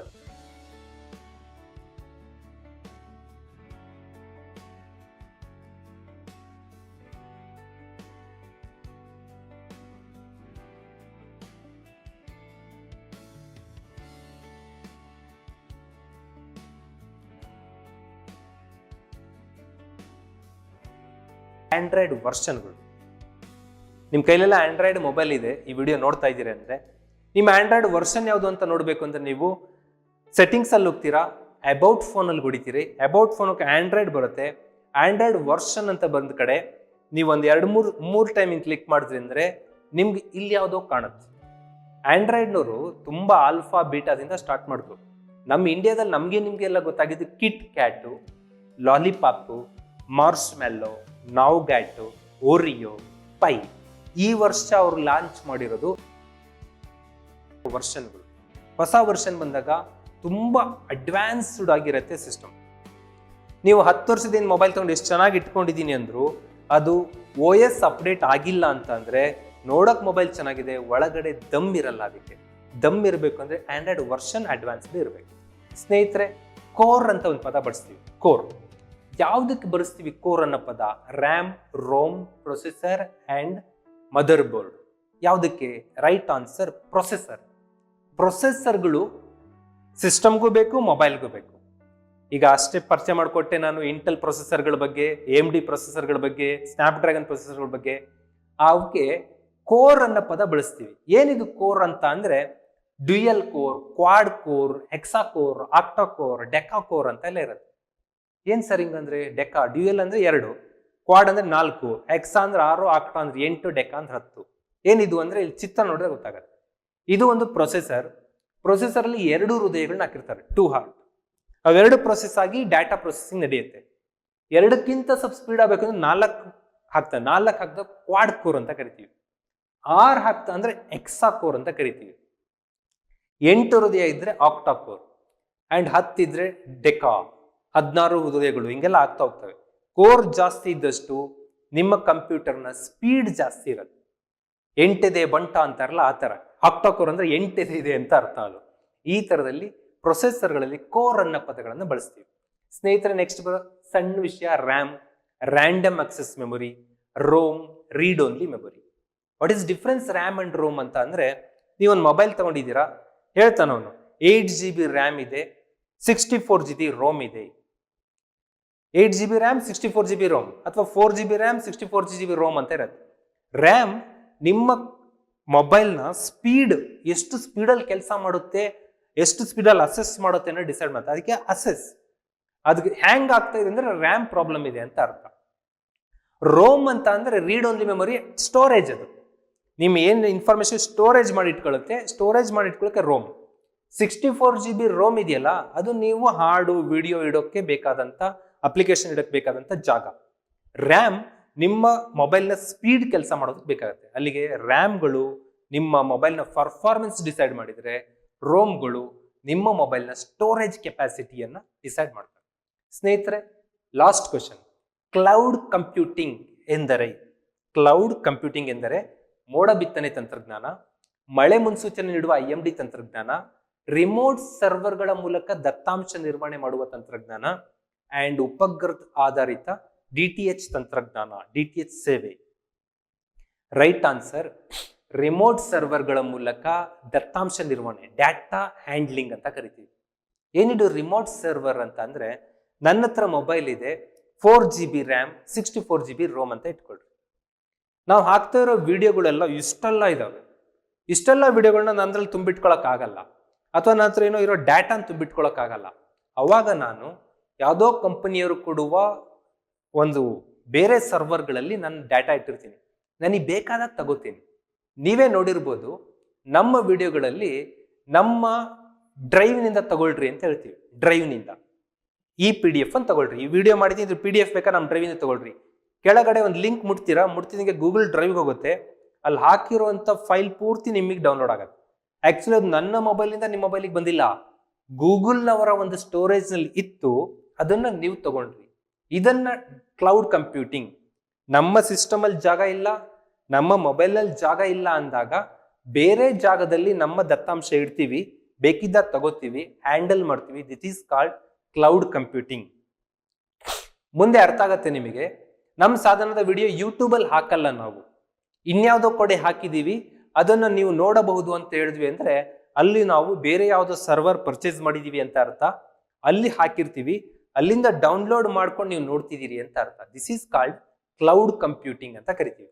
ಸ್ನೇಹಿತರೆ, ಕ್ಲೌಡ್ ಕಂಪ್ಯೂಟಿಂಗ್ ಅನ್ನ ನೀವು ಯೂಸ್ ಮಾಡಿದ್ದೀರಾ, ನಮ್ಮ ಸಾಧನ ವ್ಯೂವರ್ಸ್ ಇದ್ದೀರಾ ಅಂದ್ರೆ ಡ್ರೈವ್ ಇಂದ ತಗೊಂಡಿರ್ತೀರಾ. ಗೂಗಲ್ ಅವರ ಡ್ರೈವ್ ಇದೆ, ಇದು ತುಂಬಾ ಸಿಂಪಲ್ ಅಪ್ಲಿಕೇಶನ್. ಅದೇ ಅವ್ರದ್ದು ಸ್ವಲ್ಪ ಅಡ್ವಾನ್ಸಿಂಗ್ ಗೂಗಲ್ ಕ್ಲೌಡ್ ಪಿ ಅಂತ, GCP ಅಂತ ಒಂದು ಕರಿತೀವಿ. ಅದು ಕೂಡ ಕ್ಲೌಡ್ ಕಂಪ್ಯೂಟಿಂಗ್ ಒಂದು ಸಿಸ್ಟಮ್ ಆಗುತ್ತೆ. ಮೈಕ್ರೋಸಾಫ್ಟ್ನವ್ರದ್ದು ಅಜ್ಯೂರ್ ಅಂತ ಇದೆ, ಅಮೆಜಾನ್ನವ್ರದ್ದು ಅಮೆಜಾನ್ ವೆಬ್ ಸರ್ವಿಸ್ ಅಂತ AWS ಅಂತ ಒಂದು ಬರುತ್ತೆ, ಅಂಡ್ ಅಡೋಬಿನವರು ಕ್ರಿಯೇಟಿವ್ ಕ್ಲೌಡ್ ಇದೆ, IBM ಕ್ಲೌಡ್ ಇದೆ, ಕಮೆಟೇರಿಯಾ ಅಂತ ಇದೆ, ಕಮೆಟರಾ. ಇವಿಷ್ಟು ಕ್ಲೌಡ್ ಕಂಪ್ಯೂಟಿಂಗ್. ಇದು ಬಿಟ್ಟು ಬೇಕಾದಷ್ಟಿದೆ. ಇಲ್ಲಿ ಏನಂದ್ರೆ, ನಮ್ಮ ಹತ್ರ ಇರೋ ಮೊಬೈಲ್ ಕಡಿಮೆ GB ಇದ್ರು ನಾವು ಅವ್ರ ಜಾಗದಲ್ಲಿ ಇಡ್ಬೋದು. ಈ ಗೂಗಲ್ ಡ್ರೈವ್ ಒಂದು 15 GB ವರೆಗೂ ಫ್ರೀ ಕೊಡ್ತಾರೆ. 15 GB ನಂತರ ನಾವು ಅಲ್ಲಿ ಇಡಬೇಕು ಅಂದ್ರೆ ಪೇ ಮಾಡು ಅಂತ ಹೇಳ್ತಾರೆ. ಇದು ಹೆಂಗೆ ಅಂದ್ರೆ, ಫಸ್ಟ್ಗೆ ಫ್ರೀ ಕೊಡೋದು, ಆ ನಂತರ ಲಾಕ್ ಮಾಡ್ಕೊಳ್ಳೋದು, ಈ ವ್ಯವಸ್ಥೆ ಇರುತ್ತಲ್ಲ, ಆ ತರದಲ್ಲಿ ಡ್ರೈವ್ಗಳೆಲ್ಲ ಕೆಲಸ ಮಾಡ್ತವೆ. ಕೆಲವೆಲ್ಲ ಸ್ಟಾರ್ಟಿಂಗ್ ಇಂದನೇ ಪೇಮೆಂಟ್ ಕೇಳ್ತಾರೆ. ಇದು ನಮ್ಮ ಕ್ಲೌಡ್ ಕಂಪ್ಯೂಟಿಂಗ್ ಸಿಸ್ಟಮ್. ಸ್ನೇಹಿತರೆ, ಒಂದಿಷ್ಟು ಲಾಸ್ಟ್ ಫಿನಿಶಿಂಗ್ ಟಚ್ ಕೊಡ್ತೀನಿ. ನೆಟ್ವರ್ಕ್ಗಳಿರ್ತವೆ. ಒಂದು ಆಫೀಸಲ್ಲಿ ಮಲ್ಟಿಪಲ್ ಸಿಸ್ಟಮ್ ನಡುವೆ ನೆಟ್ವರ್ಕ್ ಬಳಸ್ಕೋತೀವಿ. ನಮ್ಮ ಸಾಧನ ಆಫೀಸಲ್ಲಿ 20 ಸಿಸ್ಟಮ್ ಇದೆ ಅಂದ್ರೆ, 20 ಸಿಸ್ಟಮ್ ಅಲ್ಲಿ ಏನ್ ನಡೀತಾ ಇದೆ ನಾನು ಕೂತ ಜಾಗದಲ್ಲೇ ನೋಡಬಹುದು ಅನ್ನೋ ಪರಿಸ್ಥಿತಿ ಇದ್ರೆ, this is local area network. ಸಾಧನ ಆಫೀಸನ್ನ ಗ್ಲೋಬಲಿ ಲಿಂಕ್ ಮಾಡಿದ್ವಿ ಅಂತ ಅಂದ್ರೆ, ಅಮೆರಿಕದಲ್ಲಿ ಕೂತ್ಕೊಂಡು ಇಲ್ಲೇನ್ ನಡೀತಿದೆ ನೋಡಬಹುದು. ಈ ಬ್ಯಾಂಕ್ ಅಲ್ಲಿ ಇಲ್ಲಿ ನೀವು ದುಡ್ಡು ಕಟ್ತೀರಾ, ಈ ಬ್ಯಾಂಕ್ ನ ಬ್ರಾಂಚ್ ಅಲ್ಲಿ ಕಟ್ತಿದಂಗೆ ಬೆಂಗಳೂರಿಗೆ ಫೋನ್ ಮಾಡ್ತೀರಾ, ಬಂದಿದೆ ನೋಡು ಅಂತೇಳಿ. ಈ ಬ್ಯಾಂಕ್ ಅಲ್ಲಿ ದುಡ್ಡು ಕೊಟ್ಟು ಅವ್ನು ಎಂಟ್ರಿ ಮಾಡ್ದಂಗೆ ಬೆಂಗಳೂರಿನಲ್ಲಿ ನೀವು ಅವ್ನು ATM ಆಗಿ ಬಿಡಿಸಬಹುದು ಅಂದ್ರೆ that is wide area network. ಇಡೀ ಜಗತ್ತಿಗೆ ಕನೆಕ್ಟಿವಿಟಿ ಆಗಿರುತ್ತೆ, that is wide area network. Man ಅಂದ್ರೆ ಮೆಟ್ರೋಪಾಲಿಟನ್ ಏರಿಯಾ ನೆಟ್ವರ್ಕ್, ಇದು ಮಹಾನಗರಗಳಲ್ಲಿ ಮಾತ್ರ ಲಿಂಕ್ ಅಪ್ ಇರುತ್ತೆ. PAN personal area network and VPN virtual private network. VPN ಬಗ್ಗೆ ನಾ ಹೆಚ್ಚಿಗೆ ಹೇಳಬಾರ್ದು, ಹೇಳಿದಷ್ಟು ಹುಡುಗರನ್ನ ಹಾಳು ಮಾಡ್ತೀವಿ ಅನ್ಸುತ್ತೆ. ಯಾಕಂದ್ರೆ ನಮ್ಮ ಸರ್ಕಾರ ಕೆಲವೊಂದು ಪಾರ್ನ್ ವೆಬ್ಸೈಟ್ಗಳನ್ನ, ಅಶ್ಲೀಲ ವೆಬ್ಸೈಟ್ಗಳನ್ನೆಲ್ಲ ಬ್ಲಾಕ್ ಮಾಡಿದೆ, ಇಂಡಿಯಾದಲ್ಲಿ ಪ್ರಸಾರ ಆಗಬಾರ್ದು ಅಂತ. ಬಟ್ ಒನ್ಸ್ ನೀವು VPN ಹಾಕೊಂಡ್ರಿ ನಿಮ್ಮ ಸಿಸ್ಟಮ್ಗೆ, ಯಾವುದೋ ಒಂದು ಪ್ರೈವೇಟ್ ಪಾರ್ಟಿಯ VPN ಅಪ್ಲಿಕೇಶನ್ ಹಾಕೊಂಡಿದ್ದೀರಾ ಅಂದ್ರೆ VPN private to private link ಕೊಟ್ಬಿಡುತ್ತೆ, ಸರ್ಕಾರದ ಸೆನ್ಸಾರ್ಶಿಪ್ ನ ಬ್ರೇಕ್ ಮಾಡುತ್ತೆ. ಅಂತ ವ್ಯವಸ್ಥೆಗೆ VPN ವರ್ಚುವಲ್ ಪ್ರೈವೇಟ್ ನೆಟ್ವರ್ಕ್ ಅಂತ ಕರಿತೀವಿ. ಸ್ನೇಹಿತರೆ, ನಂಗೆ ಏನು ಟೆಕ್ನಾಲಜಿ ಗೊತ್ತಿಲ್ಲ, ಏನೋ ಒಂದಷ್ಟು ನಾನು ಕಲ್ತಿದ್ದು, ನಾನು ಅಪ್ಲಿಕೇಶನ್ ಮಾಡೋದು ಇಷ್ಟ ಜೊತೆ ನಿಮ್ ಜೊತೆ ಮಾತಾಡಿದ್ದೀನಿ. ಏನಾದ್ರೂ ತಪ್ಪು ಮಾಡಿದ್ರೆ ಸಜೆಸ್ಟ್ ಮಾಡಿ ತಿದ್ಕೊಳ್ಳೋಣ. ಒಂದು ನಿಬಲ್ ಎಂದರೆ 2 ಬಿಟ್ಸ್, 4 ಬಿಟ್ಸ್, 8 ಬಿಟ್ಸ್, 6 ಬಿಟ್ಸ್ ಅಂತ ಚಾಯ್ಸ್ ಇದೆ. ರೈಟ್ ಆನ್ಸರ್ ಏನು ಅಂತ ಅದಕ್ಕೆ 4 ಬಿಟ್ಸ್. ಏನ್ ಸರ್ ಇದು ಬಿಟ್ಸ್ ಅಂತ ಅಂದ್ರೆ ಸ್ನೇಹಿತರೆ, ಯೂನಿಟ್ಸ್ ಆಫ್ ಇನ್ಫಾರ್ಮೇಶನ್ ಅಂತ ಇರುತ್ತೆ. SI ಯೂನಿಟ್ಸ್ ಗಳು ಇರ್ತಾವಲ್ಲ, ಆ ಥರ ಇನ್ಫಾರ್ಮೇಶನ್ಗೆ ಯೂನಿಟ್ಸ್ ಇದೆ. ಈ ಮಾಹಿತಿ ನಾವೇನ್ ವಿಡಿಯೋ ಅಪ್ಲೋಡ್ ಮಾಡ್ತೀವಿ, ನೀವು ನೋಡ್ತಾ ಇದ್ದೀರಾ, ನೀವು ಡೌನ್ಲೋಡ್ಗೆ ಮಾಡ್ಕೊಂಡಾಗ ಅದು 400 MB 500 MB ಇರ್ತವೆ. MB ಮೆಗಾಬೈಟ್ ಅಂತ ಹೇಳ್ತೀರಿ. ನಿಮ್ಗೆ ರಿಲಯನ್ಸ್ ಏರ್ಟೆಲ್ ಡಾಟಾ ಕೊಡ್ತಾ ಇದೆ 1 GB 2 GB ಅಂತೆಲ್ಲ ಕೊಡ್ತಾ ಇದ್ದಾರೆ. ಇದರ ಮೂಲ ಫಸ್ಟ್ ವರ್ಡ್ ಯಾವುದು ಅಂದ್ರೆ ಬಿಟ್. ಬಿಟ್ ಅಂದ್ರೆ 0R1 ಅಂತ. 0 and 1 ಅಲ್ಲ, 0R1. 0 ಬಳಸಿ ಇನ್ಫಾರ್ಮೇಶನ್ ರೆಡಿ ಮಾಡಬಹುದು, 1 ಬಳಸಿ ಇನ್ಫಾರ್ಮೇಶನ್ ರೆಡಿ ಮಾಡಬಹುದು. This is 0R1. 2 ಬಿಟ್ಗಳು ಸೇರ್ಕೊಂಡಾಗ ಅದನ್ನ 1 ಕ್ರಂಬ್ ಅಂತ ಕರಿತೀವಿ. 4 ಬಿಟ್ಸ್ ಸೇರ್ಕೊಂತು ಅಂದ್ರೆ ಅದನ್ನ ನಿಬಲ್. ಏನ್ ಪ್ರಶ್ನೆ ಗ್ರೂಪ್ಸ್ ನಲ್ಲಿ ಕೇಳಿದ್ರು ಅದಕ್ಕೆ ಉತ್ತರ ಇದು ನಿಬಲ್. 8 ಬಿಟ್ಸ್ ಸೇರಿಕೊಂಡರೆ ಅದನ್ನ 1 ಬೈಟ್ ಅಂತ ಕರಿತೀವಿ. ನಿಮ್ಮ ಭಾಷೆ ಶುರು ಆಗೋದು ಬೈಟ್ ಇಂದ. 1024 ಬೈಟ್ಗಳಿಗೆ 1 ಕಿಲೋಬೈಟ್ ಆಗತ್ತೆ. ಅದನ್ನ ಶಾರ್ಟ್ KB ಅಂತ ಕರಿತೀವಿ. ಅಂತ 1024 ಕಿಲೋಬೈಟ್ಗಳು ಸೇರ್ಕೊಂಡ್ರೆ 1 ಮೆಗಾಬೈಟ್ ಆಗತ್ತೆ, 1 MB. ಅಂತ 1024 ಮೆಗಾಬೈಟ್ ಸೇರ್ಕೊಂತು ಅಂದ್ರೆ 1 ಗಿಗಾಬೈಟ್. GB ಅಂತ ಹೇಳ್ತೀವಲ್ಲ ಅದು. 1024 GB ಸೇರಿದರೆ ಅದು 1 TB ಆಗತ್ತೆ, ಟೆರಾಬೈಟ್. ನಾಟ್ ಟ್ಯೂಬರ್ಕ್ಯುಲೋಸಿಸ್, ಟೆರಾಬೈಟ್ ಆಗತ್ತೆ. 1024 TB ಸೇರಿದರೆ 1 ಪೆಟಾಬೈಟ್. ನಮ್ಮ ಲೋಕಲ್ ಪ್ರದೇಶಗಳಲ್ಲಿ ನಾವು ಪೆಟಾಬೈಟ್ ವರೆಗೂ ಬಂದಿಲ್ಲ. ಈ ಕಂಪ್ಯೂಟರ್ಗಳೆಲ್ಲ TB ಲೆಕ್ಕದಲ್ಲಿ ಮಾತಾಡ್ತೀವಿ, ನಮ್ದು ಎಷ್ಟು TB ಹಾರ್ಡ್ ಡಿಸ್ಕ್ ಇದೆ ಎಲ್ಲ ಮಾತಾಡ್ತಿದೀವಿ. ಪೆಟಾಬೈಟ್ ವರೆಗೂ ಇನ್ನೂ ಬಂದಿಲ್ಲ ಲೋಕಲ್ ಸುತ್ತಮುತ್ತ. ಇಂಡಸ್ಟ್ರಿಗಳ ಲೆವೆಲ್ ಇದೆ ಪೆಟಾಬೈಟ್. 1024 TB ಸೇರಿದ್ರೆ 1 ಪೆಟಾಬೈಟ್. ನೆಕ್ಸ್ಟ್ ಏನು, 1024 PB ಪೆಟಾಬೈಟ್ ಸೇರಿದ್ರೆ 1 ಎಕ್ಸಾಬೈಟ್ ಆಗುತ್ತೆ. 1024 ಎಕ್ಸಾಬೈಟ್ ಸೇರಿದರೆ 1 ಝೆಟಾಬೈಟ್ ಆಗುತ್ತೆ. ಅಂಡ್ ಫೈನಲಿ 1024 ZB ಅಥವಾ ಝೆಟಾಬೈಟ್ ಸೇರಿದರೆ 1 ಯೋಟಾಬೈಟ್ ಆಗುತ್ತೆ. ನಮ್ಮ ಆಲ್ಫಾಬೆಟಿಕಲಿ XYZ, Y ಆದ್ಮೇಲೆ Z ಬರುತ್ತೆ. ಬಟ್ ನಮ್ಮ ಯೂನಿಟ್ ಆಫ್ ಇನ್ಫಾರ್ಮೇಶನ್ ಅಲ್ಲಿ Z ಆದ್ಮೇಲೆ Y ಬರುತ್ತೆ. ಝೆಟಾಬೈಟ್ 1024 ಸೇರಿದ್ರೆ ಯೋಟಾಬೈಟ್ ಆಗುತ್ತೆ. ಯೋಟಾಬೈಟ್ ಸದ್ಯಕ್ಕೆ ವರ್ಲ್ಡ್ ಅಲ್ಲಿರುವ ಅತ್ಯುನ್ನತವಾದ ಒಂದು ಮೆಜರ್ಮೆಂಟ್ ಯೂನಿಟ್ಸ್ ಆಫ್ ಇನ್ಫಾರ್ಮೇಶನ್ ಆಗುತ್ತೆ. ಇದಿಷ್ಟರ ಬಗ್ಗೆ ನಿಮಗೆ ಮಾಹಿತಿ ಇರಬೇಕು. ಕ್ಲೀನ್ ಆಗಿ ಇದನ್ನ PDF ಅಲ್ಲಿ ನೋಡ್ಕೊಳ್ಳಿ ಅಂತ ಹೇಳ್ತಾ ಮುಂದೆ ಬರ್ತೀನಿ. ಒಂದು ಕಂಪ್ಯೂಟರ್ ಕೀಬೋರ್ಡ್ ನಲ್ಲಿ, ಒಂದು ಕಂಪ್ಯೂಟರ್ ಕೀಬೋರ್ಡ್ ನೋಡಿರ್ತೀರಾ, ಒಟ್ಟು ಫಂಕ್ಷನ್ ಕೀಗಳ ಸಂಖ್ಯೆ ಎಷ್ಟು? ಫಂಕ್ಷನ್ ಕೀ ಇರುತ್ತೆ ಕೀಬೋರ್ಡ್ ನ ಮೇಲ್ ಭಾಗದಲ್ಲಿ. ಆ F1 F2 F3 ಅಂತ ಇರ್ತಾವ. ಆ ಫಂಕ್ಷನ್ ಕೀಗಳು ಎಷ್ಟಿದಾವೆ ಅಂತ ಪ್ರಶ್ನೆ. 8 10 12 14. ಸ್ನೇಹಿತರೆ, ರೈಟ್ ಆನ್ಸರ್ 12 ಫಂಕ್ಷನ್ ಕೀಗಳು ಇರ್ತಾವ. ಫಂಕ್ಷನ್ ಕೀಗಳ ಸಂಖ್ಯೆ 12, F12 ವರೆಗೂ ಇರುತ್ತೆ, F1 to F12. ಅವನ್ನ ನೀವು ಕ್ಲಿಕ್ ಮಾಡಿದ್ರೆ ಕೆಲವೊಂದು ಫಂಕ್ಷನ್ ಕೆಲಸಗಳನ್ನ ಮಾಡುತ್ತೆ, ಅದಕ್ಕೆ ಅದನ್ನ ಫಂಕ್ಷನ್ ಕೀ ಅಂತ ಕರಿತೀವಿ. ಆ ಕೀಬೋರ್ಡ್ ಬಗ್ಗೆ ಒಂದಿಷ್ಟು ಮಾತಾಡ್ಬಿಡೋಣ. ಟೈಪ್ಸ್ ಆಫ್ ಕೀಸ್ ಕೀಬೋರ್ಡ್ ನಲ್ಲಿ ಚೇಂಜ್ ಇರುತ್ತೆ. ಯಾಕಂದ್ರೆ ಒಂದು ಅಕ್ಯುರೇಟ್ ಆದ ವಿಧಾನ ಇಲ್ಲ. 94 ಕೀಸ್ ಇದ್ವು, 106 ಕೀಸ್ ಬಂತು, ಹಿಂಗ್ ಚೇಂಜ್ ಆಗ್ತಾ ಹೋಗುತ್ತೆ. ಆ ಕೀ ಎಷ್ಟಿದೆ ಅಂತ ಕೇಳೋದು ಒಂದು ಬಾಲಿಶ ಪ್ರಶ್ನೆ, ಕೇಳಬಾರ್ದು. ಎಷ್ಟು ಟೈಪ್ ಕೀ ಇರುತ್ತೆ ಅಂತ ಕೇಳ್ಬೋದು. ಟೈಪ್ ಆಫ್ ಕೀಸ್ ನಲ್ಲಿ ಟೈಪಿಂಗ್ ಕೀಸ್ ಅಂತ ಇರುತ್ತೆ. ಟೈಪಿಂಗ್ ಅಂದ್ರೆ ನಾವು ಒತ್ತಿದ್ರೆ ಅಲ್ಲಿ ಮೂಡ್ಬೇಕು, ಅಕ್ಷರ ಮೂಡ್ಬೇಕು. ಕೆಲವೆಲ್ಲ ಫಂಕ್ಷನ್ ಗಾಗಿರುತ್ತೆ. ಆಲ್ಫಾ ಕೀಸ್, ಆಲ್ಫಾ ಅಂದ್ರೆ A to Z, ABCDF Z ವರ್ಗು ಇರುತ್ತಲ್ಲ, ಆಲ್ಫಾ ಕೀಸ್ ಅಂತ ಕರಿತೀವಿ. ನ್ಯೂಮರಿಕ್ ಕೀಸ್ ಗಳಂದ್ರೆ ನಂಬರ್ಗಳು, 1 2 3 4 5 6 7 8 9 0, ಇವನ್ನ ನ್ಯೂಮರಿಕ್ ಕೀಗಳು ಅಂತ ಕರಿತೀವಿ.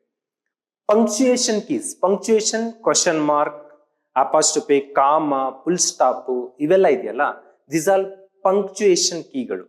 ಮತ್ತೆ ಸಿಂಬಲ್ ಕೀಗಳು ಅಂದ್ರೆ ಎಕ್ಸ್ಕ್ಲಮೇಟರಿ ಮಾರ್ಕ್ ಹಾಕೋದು, ಅಂಡ್ ರೂಪಾಯಿ ಸಿಂಬಲ್ ಇದೆ, ರೂಪಾಯಿ ಸಿಂಬಲ್ ಹಾಕುವಂಥದ್ದು, ಡಾಲರ್ ಸಿಂಬಲ್ ಇದೆ ಅದನ್ನ ಹಾಕೋದು, ಇವನ್ನ ಸಿಂಬಲ್ ಕೀಸ್ ಅಂತ ಕರಿತೀವಿ. This all typing keys.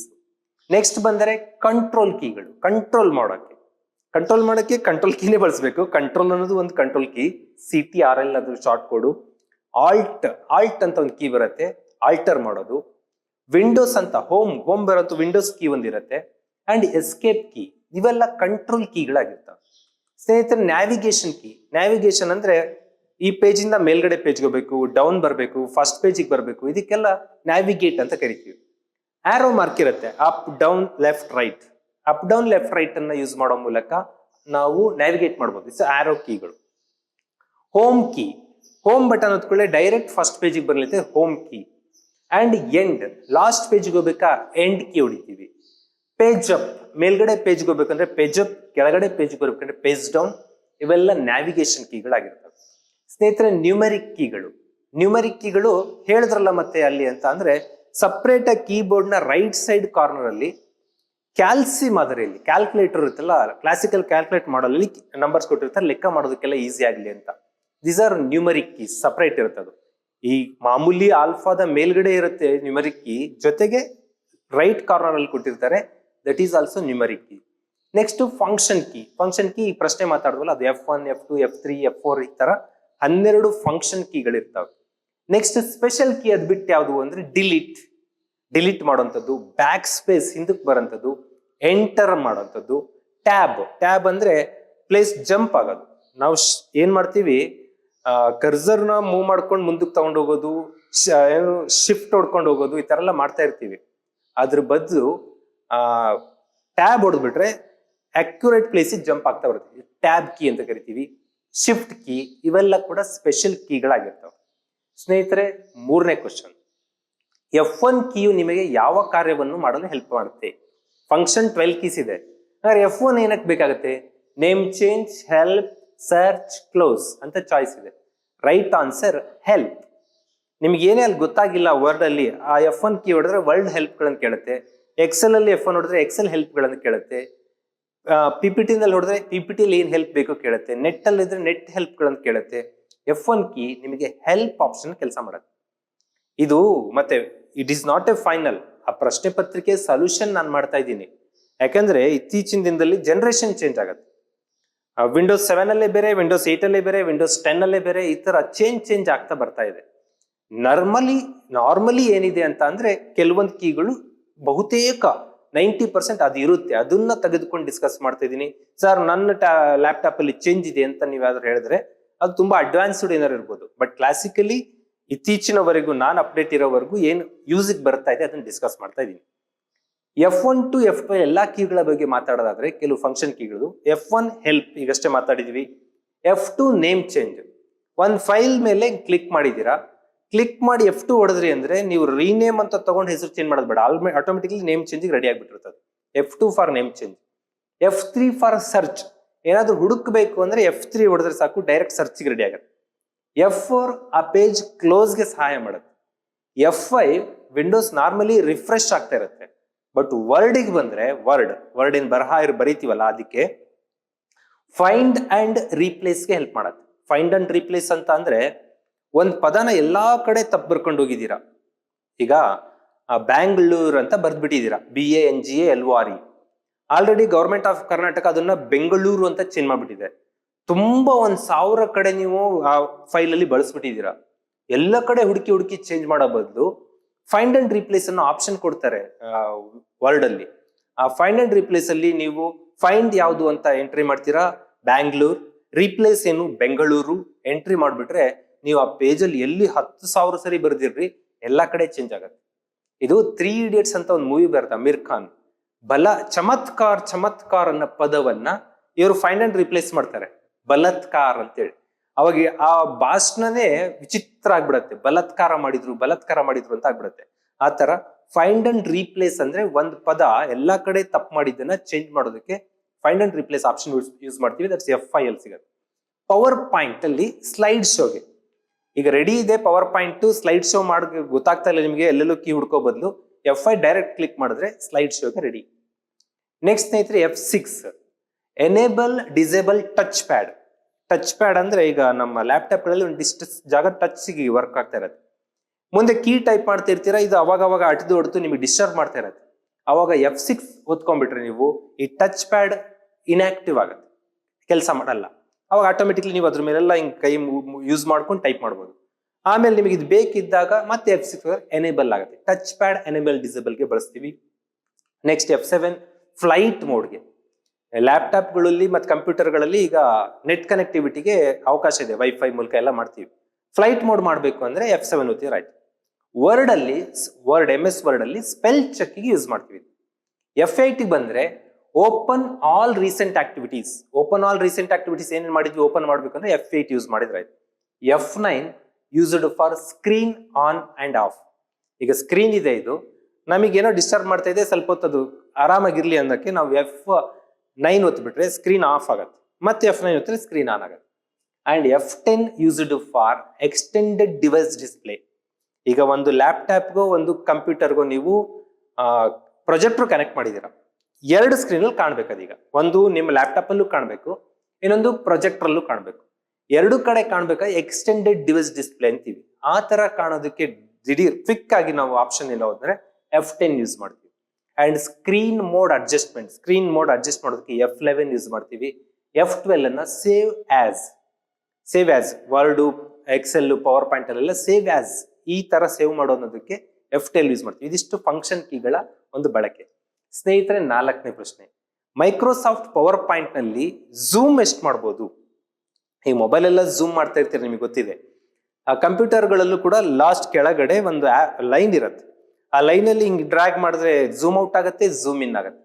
ಹಾಗಾದ್ರೆ ಪವರ್ ಪಾಯಿಂಟ್ ಅಲ್ಲಿ ಮ್ಯಾಕ್ಸಿಮಮ್ ಝೂಮ್ ಎಷ್ಟು ಮಾಡ್ಬೋದು ಅಂತ ಪ್ರಶ್ನೆ ಇರೋದಿಲ್ಲ. Zoom in 100, 200, 300 and 400. Right answer power point ಅಲ್ಲಿ 400% ಮಾಡ್ಬೋದು. ಪವರ್ ಪಾಯಿಂಟ್ ಅಲ್ಲಿ ಮಾಡಿದ್ವಿ. ಇನ್ನು ಬೇರೆದ್ರಲ್ಲಿ ಏನು ನೋಡೋದಾದ್ರೆ ಮೈಕ್ರೋಸಾಫ್ಟ್ ನ ಇತರ ಅಪ್ಲಿಕೇಶನ್ ಅಂದ್ರೆ MS Word, Excel, PowerPoint, picture manager ಅಂತ, MS ಆಫೀಸ್ ಪಿಕ್ಚರ್ ಮ್ಯಾನೇಜರ್ ಅಂತ ಚಿತ್ರಗಳನ್ನೆಲ್ಲ ಆಲ್ಟರ್ ಮಾಡ್ಕೋತೀವಿ. ಇನ್ನು PDF ಏನು ಮೈಕ್ರೋಸಾಫ್ಟ್ ಅಂತ ಅಲ್ಲ, ಇದು ಅಕ್ರೋಬ್ಯಾಟ್ ನೋಡೋದು ಇದೆ, ಬೇರೆಯವ್ರದ್ದು ಇದೆ. ಎಷ್ಟು ಝೂಮ್ ಇದೆ ಅಂತ ಮಾತಾಡೋದ್ರೆ MS ವರ್ಡ್ 500% ಇದೆ. ನಿಮ್ಗೀಗ ನಾನು ಹೇಳಿದ್ದು ಪವರ್ ಪಾಯಿಂಟ್ 400%, ಬಟ್ ವರ್ಡ್ ಅಲ್ಲಿ 500% ವರೆಗೂ ಝೂಮ್ ಮಾಡ್ಬೋದು. ಎಕ್ಸೆಲ್ ಅಲ್ಲಿ 400%. ಎಕ್ಸೆಲ್ ಲೆಕ್ಕಾಚಾರ ಕ್ಯಾಲ್ಕುಲೇಷನ್ ಬಳಸ್ತೀವಲ್ಲ, ಎಕ್ಸೆಲ್ ಶೀಟ್ ಅಲ್ಲಿ 400% ವರೆಗೂ ಝೂಮ್ ಮಾಡ್ಬೋದು. ಪವರ್ ಪಾಯಿಂಟ್ ಈಗ ಮಾತಾಡಿದೀವಿ 400%, ಬಟ್ ಪಿಕ್ಚರ್ ಮ್ಯಾನೇಜರ್ ಅಲ್ಲಿ, ಆಫೀಸ್ ಪಿಕ್ಚರ್ ಮ್ಯಾನೇಜರ್ ಅಲ್ಲಿ 800% ವರೆಗೂ ಝೂಮ್ ಮಾಡ್ಬೋದು. ಯಾಕಂದ್ರೆ ಚಿತ್ರಗಳಲ್ಲಿ ಏನಾದ್ರು ಬದಲಾವಣೆ ಮಾಡಬೇಕು ಅಂದ್ರೆ ತುಂಬಾ ಝೂಮ್ ಮಾಡಿ ನೋಡ್ಬೇಕಾಗತ್ತೆ. ತುಂಬಾ ಝೂಮ್ ಅಂದ್ರೆ 800% ವರೆಗೂ ಕೊಡ್ತಾರೆ. ಅಂಡ್ PDF 6400% ಝೂಮ್ ಆಗುತ್ತೆ. ಅದು ಬೇರೆ PDF ನ ಫಾರ್ಮ್ಯಾಟ್ ಗಳಲ್ಲಿ ಚೇಂಜ್. ನಾನು ಯೂಸ್ ಮಾಡೋ ಒಂದು 2-3 ನೋಡಿದೀನಿ, 6400% ವರೆಗೂ ಝೂಮ್ ಆಗುತ್ತೆ. ಇದು ಝೂಮ್ ಆಗುವ ಪ್ರೊಸೆಸ್. ಇದು ಗ್ರೂಪ್ಸ್ ನಲ್ಲಿ ಕೇಳಿರೋ ಪ್ರಶ್ನೆಗಳು. ನೆಕ್ಸ್ಟ್ ಝೂಮ್ ಇನ್ ಕೇಳಿದ್ದಾರೆ ಇದುವರೆಗೆ ಎಲ್ಲ ಎಕ್ಸಾಮ್ ಅಲ್ಲೂ. ಝೂಮ್ ಔಟ್ ಕೇಳ್ಬಿಟ್ರೆ ಅಂತ ನನಗೆ ಪ್ರಶ್ನೆ. ಯಾಕಂದ್ರೆ ಒಂದು ನಾರ್ಮಲ್ ಫಾಂಟ್ ಅಲ್ಲಿ ಬರ್ದಿದ್ದೀರಾ, ಅತಿ ಚಿಕ್ಕದು ಅಂದ್ರೆ ಎಷ್ಟು ಮಾಡ್ಬೋದು ಅಂತ ಕೇಳಿದ್ರೆ ಝೂಮ್ ಔಟ್ ಅಂದ್ರೆ ಕಡಿಮೆ ಮಾಡೋದು. 10%, 20%, 5%, 6%. ಸ್ಪೆಷಲಿ ವರ್ಡ್ ಅಲ್ಲಿ ಕೇಳ್ತಾ ಇದೀವಿ ಇಲ್ಲಿ, MS ವರ್ಡ್. ರೈಟ್ ಆನ್ಸರ್ ಇದಕ್ಕೆ 10%. ವರ್ಡ್ ಅಲ್ಲಿ 10% ಗಿಂತ ಚಿಕ್ಕದ್ ಮಾಡಿದ್ರೆ ನಿಮಗೆ ಅಕ್ಷರನೇ ಕಾಣೋದಿಲ್ಲ, ಅದು ಏನು ಅಂತಾನೆ ಗೊತ್ತಾಗಲ್ಲ. ನೀವು ಅಲ್ಲಿ ದುರ್ಬೀನ್ ಇಟ್ಕೊಂಡು ನೋಡಿದ್ರು ಅದೇನು ಅಂತ ಗೊತ್ತಾಗಲ್ಲ. ಆ ರೀತಿ ಇರೋದ್ರಿಂದ 10%ಗೆ ಲಿಮಿಟ್ ಮಾಡ್ತಾರೆ ಅವರು, ಅದಕ್ಕಿಂತ ಝೂಮ್ ಔಟ್ ಆಗಲ್ಲ. ನೆಕ್ಸ್ಟ್ ಬೇರೆದ್ ನೋಡೋದಾದ್ರೆ MS ವರ್ಡ್ ಅಲ್ಲಿ 10%, ಎಕ್ಸೆಲ್ ಅಲ್ಲೂ 10%, ಪವರ್ ಪಾಯಿಂಟ್ ಅಲ್ಲೂ 10% ವರೆಗೂ ನೀವು ಝೂಮ್ ಔಟ್ ಮಾಡ್ಬೋದು, ಅಂದ್ರೆ ಚಿಕ್ಕದ್ ಮಾಡ್ತಾ ಬರ್ಬೋದು.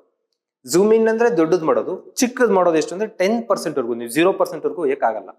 ಪಿಕ್ಚರ್ ಮ್ಯಾನೇಜರ್ ಅಲ್ಲಿ ತುಂಬಾ ಚಿಕ್ಕದ್ ಮಾಡಿದ್ರೆ ಪಿಕ್ಚರ್ ನೀವೇನು ನೋಡಕ್ಕೆ ಆಗಲ್ಲ, ಆಗ 12% ಇರುತ್ತೆ. PDF ಗಳನ್ನ 8.33% ವರೆಗೂ ಝೂಮ್ ಔಟ್ ಮಾಡಿ ಚಿಕ್ಕದ್ ಮಾಡಿ ನೋಡಬಹುದು. ಸ್ನೇಹಿತರೆ ಮುಂದೆ ಬರ್ತೀನಿ 6ನೇ ಪ್ರಶ್ನೆ. ಮೈಕ್ರೋಸಾಫ್ಟ್ ವರ್ಡ್ ನಲ್ಲಿ ಡಿಫಾಲ್ಟ್ ಫಾಂಟ್ ಸೈಜ್ ಅಂದ್ರೆ ಅಲ್ಲ ಅಕ್ಷರಗಳ ಗಾತ್ರ ದೊಡ್ಡಕ್ ಮಾಡೋದು ಚಿಕ್ಕಕ್ ಮಾಡೋದು. ಬರೀತಾ ಇದ್ದೀರಾ, ಸೆಲೆಕ್ಟ್ ಮಾಡಿದ್ರಿ, ಅಕ್ಷರ ಸ್ವಲ್ಪ ದೊಡ್ಡಕ್ ಮಾಡಿ ನೋಡೋಣ, ದೊಡ್ಡಕ್ ಮಾಡೋಣ ಅನ್ಸುತ್ತೆ, ದೊಡ್ಡಕ್ ಮಾಡೋದು, ಚಿಕ್ಕದ್ ಮಾಡೋದು. ಅಲ್ಲಿ ಮೇಲ್ಗಡೆ ಫಾಂಟ್ ಸೈಜ್ ಇರುತ್ತೆ.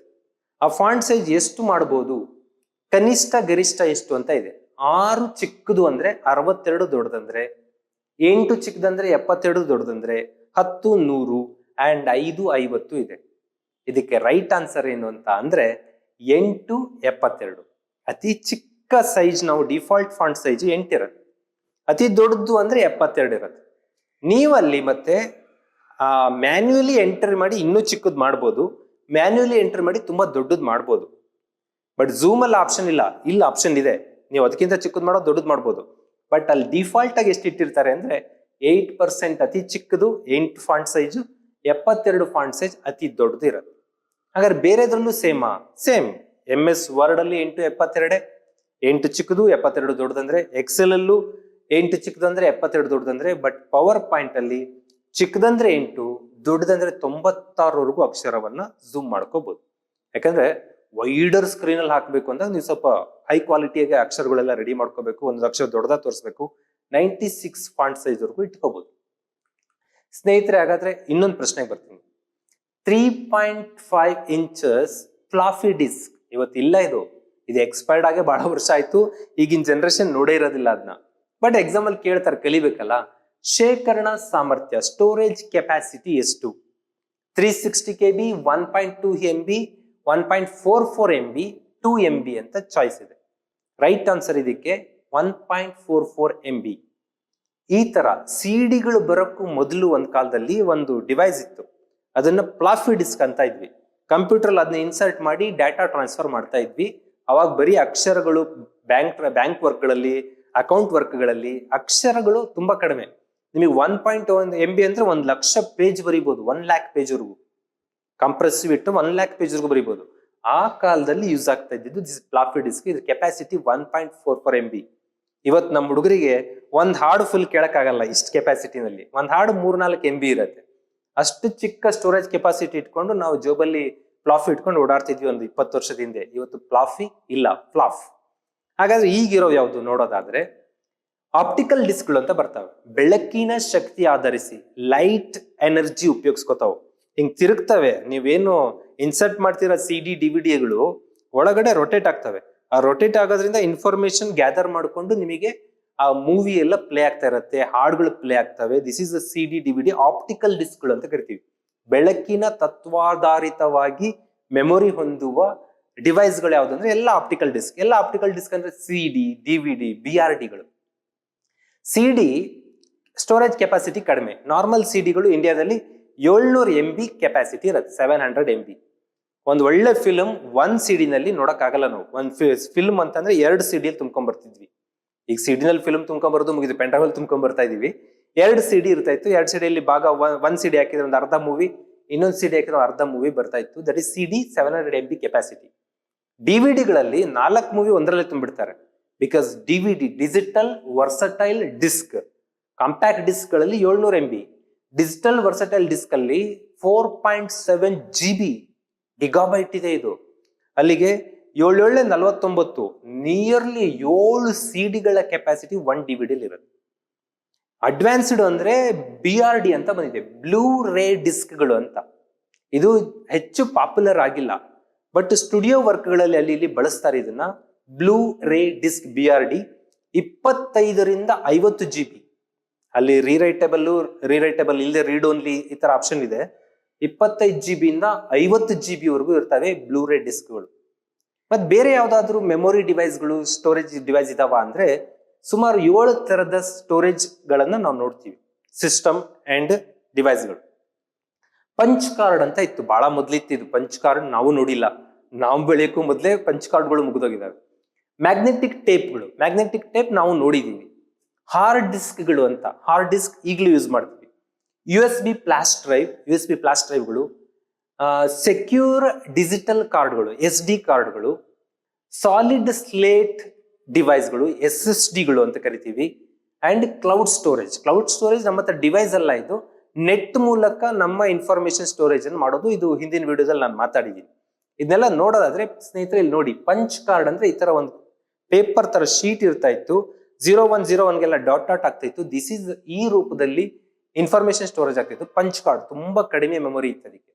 ಆಮೇಲೆ ಬಂತು ಮ್ಯಾಗ್ನೆಟಿಕ್ ಟೇಪ್ಸ್ ಅಂದ್ರೆ ನೀವು ನೋಡಿರಬಹುದು, ಈ ಯಂಗ್ ಜನರೇಷನ್ ಅವರು ಈ ಕ್ಯಾಸೆಟ್ಗಳು ಅಂತ ಇರ್ತಾವೆ. ಕ್ಯಾಸೆಟ್ ಅಲ್ಲಿ ಟೇಪ್ ಇರುತ್ತಲ್ಲ ನೋಡ್ರಿ, ಅದು ಮ್ಯಾಗ್ನೆಟಿಕ್ ಟೇಪ್. ಅದ್ರಲ್ಲಿ ಅದನ್ನ ಹಾಕಿದ ಕೂಡಲೇ ಟೇಪ್ ರೆಕಾರ್ಡರ್ಗೆ ಹಾಡ್ ಬರುತ್ತೆ ಅಂದ್ರೆ. VCDಗಳು ಅಂತ ಇದ್ವು, ವಿಡಿಯೋ ಸಿಡಿಗಳು ಮೊದಲೆಲ್ಲ ಇಷ್ಟು ದೊಡ್ಡದಿರ್ತಾ ಇತ್ತು, ಅದು ಕೂಡ ಮ್ಯಾಗ್ನೆಟಿಕ್ ಟೇಪೇ ಬಳಸ್ತಾ ಇದ್ರು. ಈ ತರ ಟೇಪ್ಗಳನ್ನು ಉಪಯೋಗಿಸಿ ಫಿಲಂ ಥಿಯೇಟರ್ ಅಲ್ಲಿ ಫಿಲಂ ಬರ್ತಾ ಇತ್ತು, ದಿಸ್ ಆಲ್ ಮ್ಯಾಗ್ನೆಟಿಕ್ ಟೇಪ್ಸ್ ಗಳನ್ನ ಬಳಸ್ತಾ ಇದ್ರು. ಆಮೇಲೆ ಡೆವಲಪ್ ಆಯ್ತು ಹಾರ್ಡ್ ಡಿಸ್ಕ್ ಡ್ರೈವ್ಗಳು. ಹಾರ್ಡ್ ಡಿಸ್ಕ್ ಡ್ರೈವ್ ಇಷ್ಟು ದೊಡ್ಡಕ್ಕಿರುತ್ತೆ, ಅದು ಕಂಪ್ಯೂಟರ್ ಒಳಗೆ ಇನ್ಸರ್ಟ್ ಮಾಡಿದ್ರೆ ಲ್ಯಾಪ್ಟಾಪ್ ಅಲ್ಲಿ ಇರುತ್ತೆ, ತುಂಬಾ ಮೆಮೊರಿ ಇರುತ್ತೆ, 1 TB ವರೆಗೂ ಇರುತ್ತೆ, 2 TB 5 TB ವರೆಗೂ ಇರುತ್ತೆ. ಇದು ಎಕ್ಸ್ಟರ್ನಲ್ ಹಾರ್ಡ್ ಡಿಸ್ಕ್ ಅಂತ ಕರಿತೀವಿ. ಎಕ್ಸ್ಟರ್ನಲ್ ಹಾರ್ಡ್ ಡಿಸ್ಕ್ ಗಳಲ್ಲಿ ಕೂಡ TB ಲೆಕ್ಕದಲ್ಲಿ ಸ್ಟೋರೇಜ್ಗಳು ಇದೆ. ಈಗ ಇದು ಹೈ ಸ್ಟೋರೇಜ್ ಕೆಪಾಸಿಟಿ ಹೊಂದಿರುವ ಒಂದು ಡಿವೈಸ್. ನೆಕ್ಸ್ಟ್ ಬಂದ್ರೆ USB flash drive. USB flash drive ಅಂದ್ರೆ ನಿಮ್ಗೆ ಅರ್ಥ ಆಗದೆ ಇದ್ರೆ ಪೆನ್ ಡ್ರೈವ್ ಅಂತ ಯೂಸ್ ಮಾಡ್ತೀವಲ್ಲ ಅದು. Universal serial bus flash drive, USB flash drive, ಅದನ್ನ ನಾರ್ಮಲ್ ಭಾಷೆಯಲ್ಲಿ ಪೆನ್ ಡ್ರೈವ್ ಅಂತ ಕರಿತೀವಿ. ಅದು ಅಲ್ಲೂ ಕೂಡ ಇನ್ಫಾರ್ಮೇಶನ್ ಸ್ಟೋರೇಜ್ ಇರುತ್ತೆ, ನಿಮಗೆ ಗೊತ್ತೇ ಇದೆ. SSDಗಳು, ಸೆಕ್ಯೂರ್ ಡಿಜಿಟಲ್ ಕಾರ್ಡ್ಗಳು, SD ಕಾರ್ಡ್ಗಳು. SD ಕಾರ್ಡ್ ಅಂದ್ರೆ ಚಿಪ್ಗಳು. ನೀವೇನು ಮೆಮೊರಿ ಚಿಪ್ಸ್ ಅಂತ ಯೂಸ್ ಮಾಡ್ತಿದ್ರಿ ಇದೀವಿ. ಕೆಲವೊಂದು ಈಗ ಹೈಯರ್ ಎಂಡ್ ಮೊಬೈಲ್ ಅಲ್ಲಿ 250 GB ಅವನೇ ಕೊಟ್ಟಿರ್ತಾನೆ. 250 GB ಅವನೇ ಕೊಟ್ಮೇಲೆ ನಾವೇನಕ್ಕೆ ಎಕ್ಸ್ಟರ್ನಲ್ SD ಕಾರ್ಡ್ ಹಾಕಕ್ ಬರುತ್ತೆ, ನೀಡಿರಲ್ಲ. ಈ ಚಿಪ್ ಹಾಕ್ತಾ ಇದರಿಂದ ಅದನ್ನ SD ಕಾರ್ಡ್ ಅಂತ ಕರಿತೀವಿ ಈ ನಮ್ಮ ಕಂಪ್ಯೂಟರ್ ಭಾಷೆಯಲ್ಲಿ. ಇನ್ನು ಸಾಲಿಡ್ ಸ್ಲೇಟ್ ಡಿವೈಸ್, SSD ಅಂತ. SSD ಇದ್ದಾಗ ಬಹಳ ಕ್ವಿಕ್ ಆಗಿ ಇನ್ಫಾರ್ಮೇಶನ್ ಗ್ಯಾದರಿಂಗ್ ಆಗುತ್ತೆ ಅಂತ. ಈಗ ಅತ್ಯಾಧುನಿಕ ಲ್ಯಾಪ್ಟಾಪ್ಗಳು ಸಿಸ್ಟಮ್ಗಳು ಪರ್ಚೇಸ್ ಮಾಡಿದಾಗ ಬರೀ ಹಾರ್ಡ್ ಡಿಸ್ಕ್ ನೋಡ್ತಾ ಇಲ್ಲ, ಅದ್ರಲ್ಲಿ SSDನೂ ಇದೆಯಾ ನೋಡ್ತಾ ಇದ್ವಿ. SSD solid slate device drive ಇತ್ತು ಅಂದ್ರೆ ಅದು ತುಂಬಾ ಫಾಸ್ಟೆಸ್ಟ್ ಡಿವೈಸ್ ಆಗಿ ಕೆಲಸ ಮಾಡುತ್ತೆ. ಸ್ನೇಹಿತರೆ, ಕ್ಲೌಡ್ ಸ್ಟೋರೇಜ್ ಬಗ್ಗೆ ಹಿಂದೆ ಹೇಳಿದ್ದೀನಿ, ಮತ್ತೇನಿಲ್ಲ. ಲಾಸ್ಟ್ ಕ್ವಶನ್ಗೆ ಬರ್ತೀನಿ. ಮೈಕ್ರೋಸಾಫ್ಟ್ ಪವರ್ ಪಾಯಿಂಟ್ ನಲ್ಲಿ ಡಿಫಾಲ್ಟ್ ಅಂದ್ರೆ ಅದು ಇದ್ದಂತೆ ಅಂತ, ನೀವು ಮ್ಯಾನ್ಯುಲಿ ಏನು ಮಾಡೋಂಗಿಲ್ಲ. ಈ ಕೆಳಗಿನ ಯಾವ್ಯಾವ್ದನ್ನ ಇನ್ಸರ್ಟ್ ಮಾಡ್ಬೋದು? ಪವರ್ ಪಾಯಿಂಟ್ ಅಂದ್ರೆ ಈಗ PPT ಏನ್ ತೋರಿಸ್ತಾ ಇದೀವಿ, ಇದರಲ್ಲಿ ಏನೇನ್ ಇನ್ಸರ್ಟ್ ಮಾಡ್ಬೋದು? Table, chart, graphic, option A ಇರೋದು. Table, chart, graphic, picture, option B. Table, chart, graphic, picture, art, option C. Table, chart, graphic, picture, art and media clip. ಇಷ್ಟು ಚಾಯ್ಸ್ ಇದೆ. ರೈಟ್ ಆನ್ಸರ್ ಯಾವ್ದಿರ್ಬೋದು ಹಾಗಾದ್ರೆ? ಏನಿದು ಇನ್ಸರ್ಟ್ ಮಾಡೋದು? Default insert ಅಂತಂದ್ರೆ ಸ್ನೇಹಿತರೆ ಚಿತ್ರ ನೋಡ್ಕೊಳ್ಳಿ. ಮೇಲ್ಗಡೆ ನಮಗೆ ಟೈಟಲ್ ಬಾರ್ ಅಂತ ಕೊಡುತ್ತೆ, ಕೆಳಗಡೆ ಕಂಟೆಂಟ್ ಇರುತ್ತೆ ಸ್ಪೇಸ್. ಯಾವುದೇ PPT ಮಾಡ್ಬೇಕಾದ್ರೆ ಈ ತರ ಇರುತ್ತೆ. ಇಲ್ಲಿ 6 ಬಾಕ್ಸ್ಗಳಿದೆ, ಎಲ್ಲೋ ರೌಂಡ್ ಅಪ್ ಒಳಗೆ ಕಾಣ್ತೀವಿ ಅಲ್ಲಿ. Very first one table insert ಅಂತ ಕರಿತೀವಿ. ಈ ತರ last one media clip, means picture, ವಿಡಿಯೋಗಳನ್ನು ಕೂಡ ಇನ್ಸರ್ಟ್ ಮಾಡ್ಬೋದು ನಾವು. ವಿಡಿಯೋ ಇನ್ಸರ್ಟ್ ಮಾಡಿ PPT ಮಾಡ್ತಾನೆ ವಿಡಿಯೋನು ಕೂಡ ಪ್ಲೇ ಮಾಡಿ ತೋರಿಸ್ಬೋದು. ಅಲ್ಲಿಗೆ 6 ತರದ್ದನ್ನು ಇನ್ಸರ್ಟ್ ಮಾಡ್ಬೋದು. ಯಾವ್ದು 6 ತರದ್ದು ಅಂತ ಅಂದ್ರೆ table first, chart, graphic, picture, art and media clip. ಇದಿಷ್ಟನ್ನು ಕೂಡ ಇನ್ಸರ್ಟ್ ಮಾಡಿ ಪವರ್ ಪಾಯಿಂಟ್ ಅನ್ನು ನಾವು ಬಳಸಬಹುದು ಅಂತ. ಸರ್ಕಾರಿ ವೆಬ್ಸೈಟ್ಗಳು ಯಾವ್ದಕ್ಕಾದ್ರೂ ಹೋಗ್ಲಿ, KPSC.Cornic.in, UPSC.in ಹಿಂಗೆಲ್ಲ ಇರುತ್ತೆ, NIC ಇನ್ ಅಂತ. ವಾಟ್ ಈಸ್ ನಿಕ್ ಅಥವಾ NIC ಇನ್ ಅಂತ ಅಂದ್ರೆ ಪ್ರಶ್ನೆ ಇರೋದು. Network information communication .India, national information centre .India, national informatics centre .India, national information for communication .India. 4 choice ಇದೆ. ಸರಿ ಉತ್ತರ ನೀವು ಡಿಸೈಡ್ ಮಾಡಿದೀರಾ ಅನ್ಕೋತೀನಿ ಮಿತ್ರರೇ. ಇದಕ್ಕೆ ಸರಿ ಉತ್ತರ ನ್ಯಾಷನಲ್ ಇನ್ಫಾರ್ಮ್ಯಾಟಿಕ್ಸ್ ಸೆಂಟರ್ 1976 ಅಲ್ಲಿ ಸ್ಟಾರ್ಟ್ ಆಗತ್ತೆ. ಅದನ್ನೇ ಇಟ್ಕೊಂಡು ನ್ಯಾಷನಲ್ ಇನ್ಫಾರ್ಮ್ಯಾಟಿಕ್ಸ್ ಸೆಂಟರ್ .in ಅಂತ. ಏನಿದ್ರ ಕೆಲಸ? ಇಡೀ ಭಾರತದ ಕಮ್ಯುನಿಕೇಶನ್ ಅನ್ನ ತುಂಬಾ ಸ್ಟ್ರಾಂಗ್ ಮಾಡೋದು, ವೆಬ್ಸೈಟ್ಗಳ ಡಿಸೈನ್ ಮಾಡ್ಕೊಡೋದು, ಸರ್ಕಾರಕ್ಕೆ ಬೇಕಾದ ವೆಬ್ಸೈಟ್ಗಳು, ಲಿಂಕಿಂಗ್ ನೆಟ್ವರ್ಕ್ ಲಿಂಕ್ ಅನ್ನ ಡೆವಲಪ್ ಮಾಡೋದು, ಈ ಗವರ್ನೆನ್ಸ್ಗೆ ಪೂರಕವಾದ ಕೆಲಸ ಮಾಡೋದು NIC ಕೆಲಸ. ಬಟ್ ಈ NIC ಕೇಂದ್ರ ಸರ್ಕಾರದ ಅಧೀನದಲ್ಲಿರುತ್ತೆ, ರಾಜ್ಯ ಸರ್ಕಾರನು ಅದ್ರ ಮೇಲೆ ಹೋಲ್ಡ್ ಹೊಂದಿರುತ್ತೆ. ರಾಜ್ಯ ಸರ್ಕಾರಕ್ಕೆ ಇಮಿಡಿಯೇಟ್ ಕೆಲಸ ಮಾಡ್ಕೊಳಕ್ ಆಗಲ್ಲ ಅನ್ನೋ ಕಾರಣಕ್ಕೆ ಸ್ಟೇಟ್ ಗವರ್ಮೆಂಟ್, ನಮ್ಮ ಸರ್ಕಾರ ಈ ವರ್ಷ ಮೇ 2019 CSG ಅಂತ ಮತ್ತೊಂದು ಸೆಂಟರ್ ಫಾರ್ಮ್ ಮಾಡಿದೆ. Centre for state smart governance ಅಂತ. Centre for smart governance. Smart ಅಂದ್ರೆ ಏನು, ಈ ಗವರ್ನೆನ್ಸ್ಗೆ ನಾವು ಇನ್ನೊಂದು ರೀತಿಯ ಸ್ಮಾರ್ಟ್ ಗವರ್ನೆನ್ಸ್ ಅಂತ ಕರಿತೀವಿ. ಈ ಸಂಸ್ಥೆ ನಮ್ಮ ಸ್ಟೇಟ್ ಅಲ್ಲಿ ಸ್ಟಾರ್ಟ್ ಮಾಡಿದೀವಿ. ನೀವು ನೋಡಿರ್ಬೋದು ಮಿತ್ರರೇ, ವಿಡಿಯೋ ಕಾನ್ಫರೆನ್ಸ್ಗಳು ಮಾಡ್ತಾರೆ VCಗಳು. ಬೆಂಗಳೂರಲ್ಲಿ CM ಇರ್ತಾರೆ, ಎಲ್ಲಾ ಅಧಿಕಾರಿಗಳನ್ನ ನಾನು ಮೀಟ್ ಆಗ್ಬೇಕು ಅಂತಾರೆ. ಇಮ್ಮಿಡಿಯೇಟ್ ಎಲ್ಲಾ ಅಧಿಕಾರಿಗಳು ಜಿಲ್ಲಾಡಳಿತ ಭವನದಲ್ಲಿರುವ KSWAN ಕಚೇರಿಗೆ ಬರ್ತಾರೆ. Karnataka state wide area network ಕಚೇರಿ ಇರುತ್ತೆ, ಅಲ್ಲಿ ಬಂದು ಎಲ್ರು ಕೂತಾಗ ಇಡೀ ಸ್ಟೇಟ್ ನ ಅಧಿಕಾರಿಗಳನ್ನ ಅಲ್ಲಿರುವ ಸ್ಕ್ರೀನ್ಗಳಲ್ಲಿ CM ನೋಡ್ತಾ ಇರ್ತಾರೆ, ಅಲ್ಲೇ ನಡೀತದೆ, ಇವ್ರು ನೋಡ್ತಾ ಇರ್ತಾರೆ, ಮುಖಾಮುಖಿಯಾಗಿ ಮಾತಾಡ್ತಾರೆ. ಅಷ್ಟ್ರ ಮಟ್ಟಿಗೆ ಸ್ಮಾರ್ಟ್ ವರ್ಕ್ ಅನ್ನ ಕೆಸ್ವಾನ್ ಕಚೇರಿ ಇವೆಲ್ಲ ಮಾಡ್ತಾ ಇರತ್ತೆ. ಇದು ಒಂದು ಮಾಹಿತಿ. ನೆಕ್ಸ್ಟ್ ಬರೋಣ ಮಿತ್ರರೇ, ಪಂಚಮಿತ್ರ ಪಂಚತಂತ್ರ. ಇದು ವೆಬ್ಸೈಟ್ಗಳೇ, ಪಂಚಮಿತ್ರ ಪಂಚತಂತ್ರ ಅಂತ ವೆಬ್ಸೈಟ್ ಇದೆ. ಇದು ಯಾವ ಇಲಾಖೆಗೆ ಸಂಬಂಧಪಟ್ಟು ಅಂತ ಪ್ರಶ್ನೆ. ಕಂದಾಯ, ಗ್ರಾಮೀಣಾಭಿವೃದ್ಧಿ, ಸಮಾಜ ಕಲ್ಯಾಣ ಅಂಡ್ ಅಲ್ಪಸಂಖ್ಯಾತ 4 ಚಾಯ್ಸ್ ಇದೆ. ದ ರೈಟ್ ಆನ್ಸರ್ ಗ್ರಾಮೀಣಾಭಿವೃದ್ಧಿ. ನೀವು ಪಂಚ ಅಂದ್ರೆ ಪಂಚಾಯಿತಿ, ಅಲ್ಲಿಂದನೇ ಸ್ಟಾರ್ಟ್. ಆ ಪಂಚಾಯಿತಿ ಪದ ಪಂಚಮಿತ್ರ ಪಂಚತಂತ್ರವಾಗಿ ಏನು ಆ ಗ್ರಾಮೀಣ ಜನರಿಗೆ ಈ ಗವರ್ನೆನ್ಸ್ ಅನ್ನ ಮುಟ್ಟಿಸುವ, ಸ್ಮಾರ್ಟ್ ಗವರ್ಮೆಂಟ್ ಮುಟ್ಟಿಸುವ, ಕ್ವಿಕ್ ರೆಸ್ಪಾನ್ಸ್ ಮಾಡುವಂತ ಕೆಲಸಗಳನ್ನ ಈ 2 ವೆಬ್ ತಾಣಗಳು ಮಾಡ್ತಾ ಇದೆ. ಸ್ನೇಹಿತರೆ, ಇನ್ನೊಂದಿಷ್ಟು ತಿಳ್ಕೊಳ್ಳೋದಾದ್ರೆ ಮೋಜಿನಿ ಅಂತ ಒಂದು ವೆಬ್ ತಾಣ ಇದೆ. ಮೋಜಿನಿ ಅಂದ್ರೆ ಗೊತ್ತು ನಿಮಗೆ, ಅಳತೆ ಗಿಳತೆ ಮಾಡೋದು ಅಂತ. ಅಳತೆ ಗಿಳತೆ ಮಾಡ್ಬೇಕಂದ್ರೆ survey department of survey settlement and land records ಅಂತ ಕಂದಾಯ ಇಲಾಖೆಯಲ್ಲಿ ಬರುತ್ತಲ್ಲ, ಅವರು ಮೋಜಿನಿಗೆ ಸಂಬಂಧಪಡ್ತಾರೆ. ಭೂಮಿ ಗೊತ್ತೇ ಇದೆ ನಿಮಗೆ.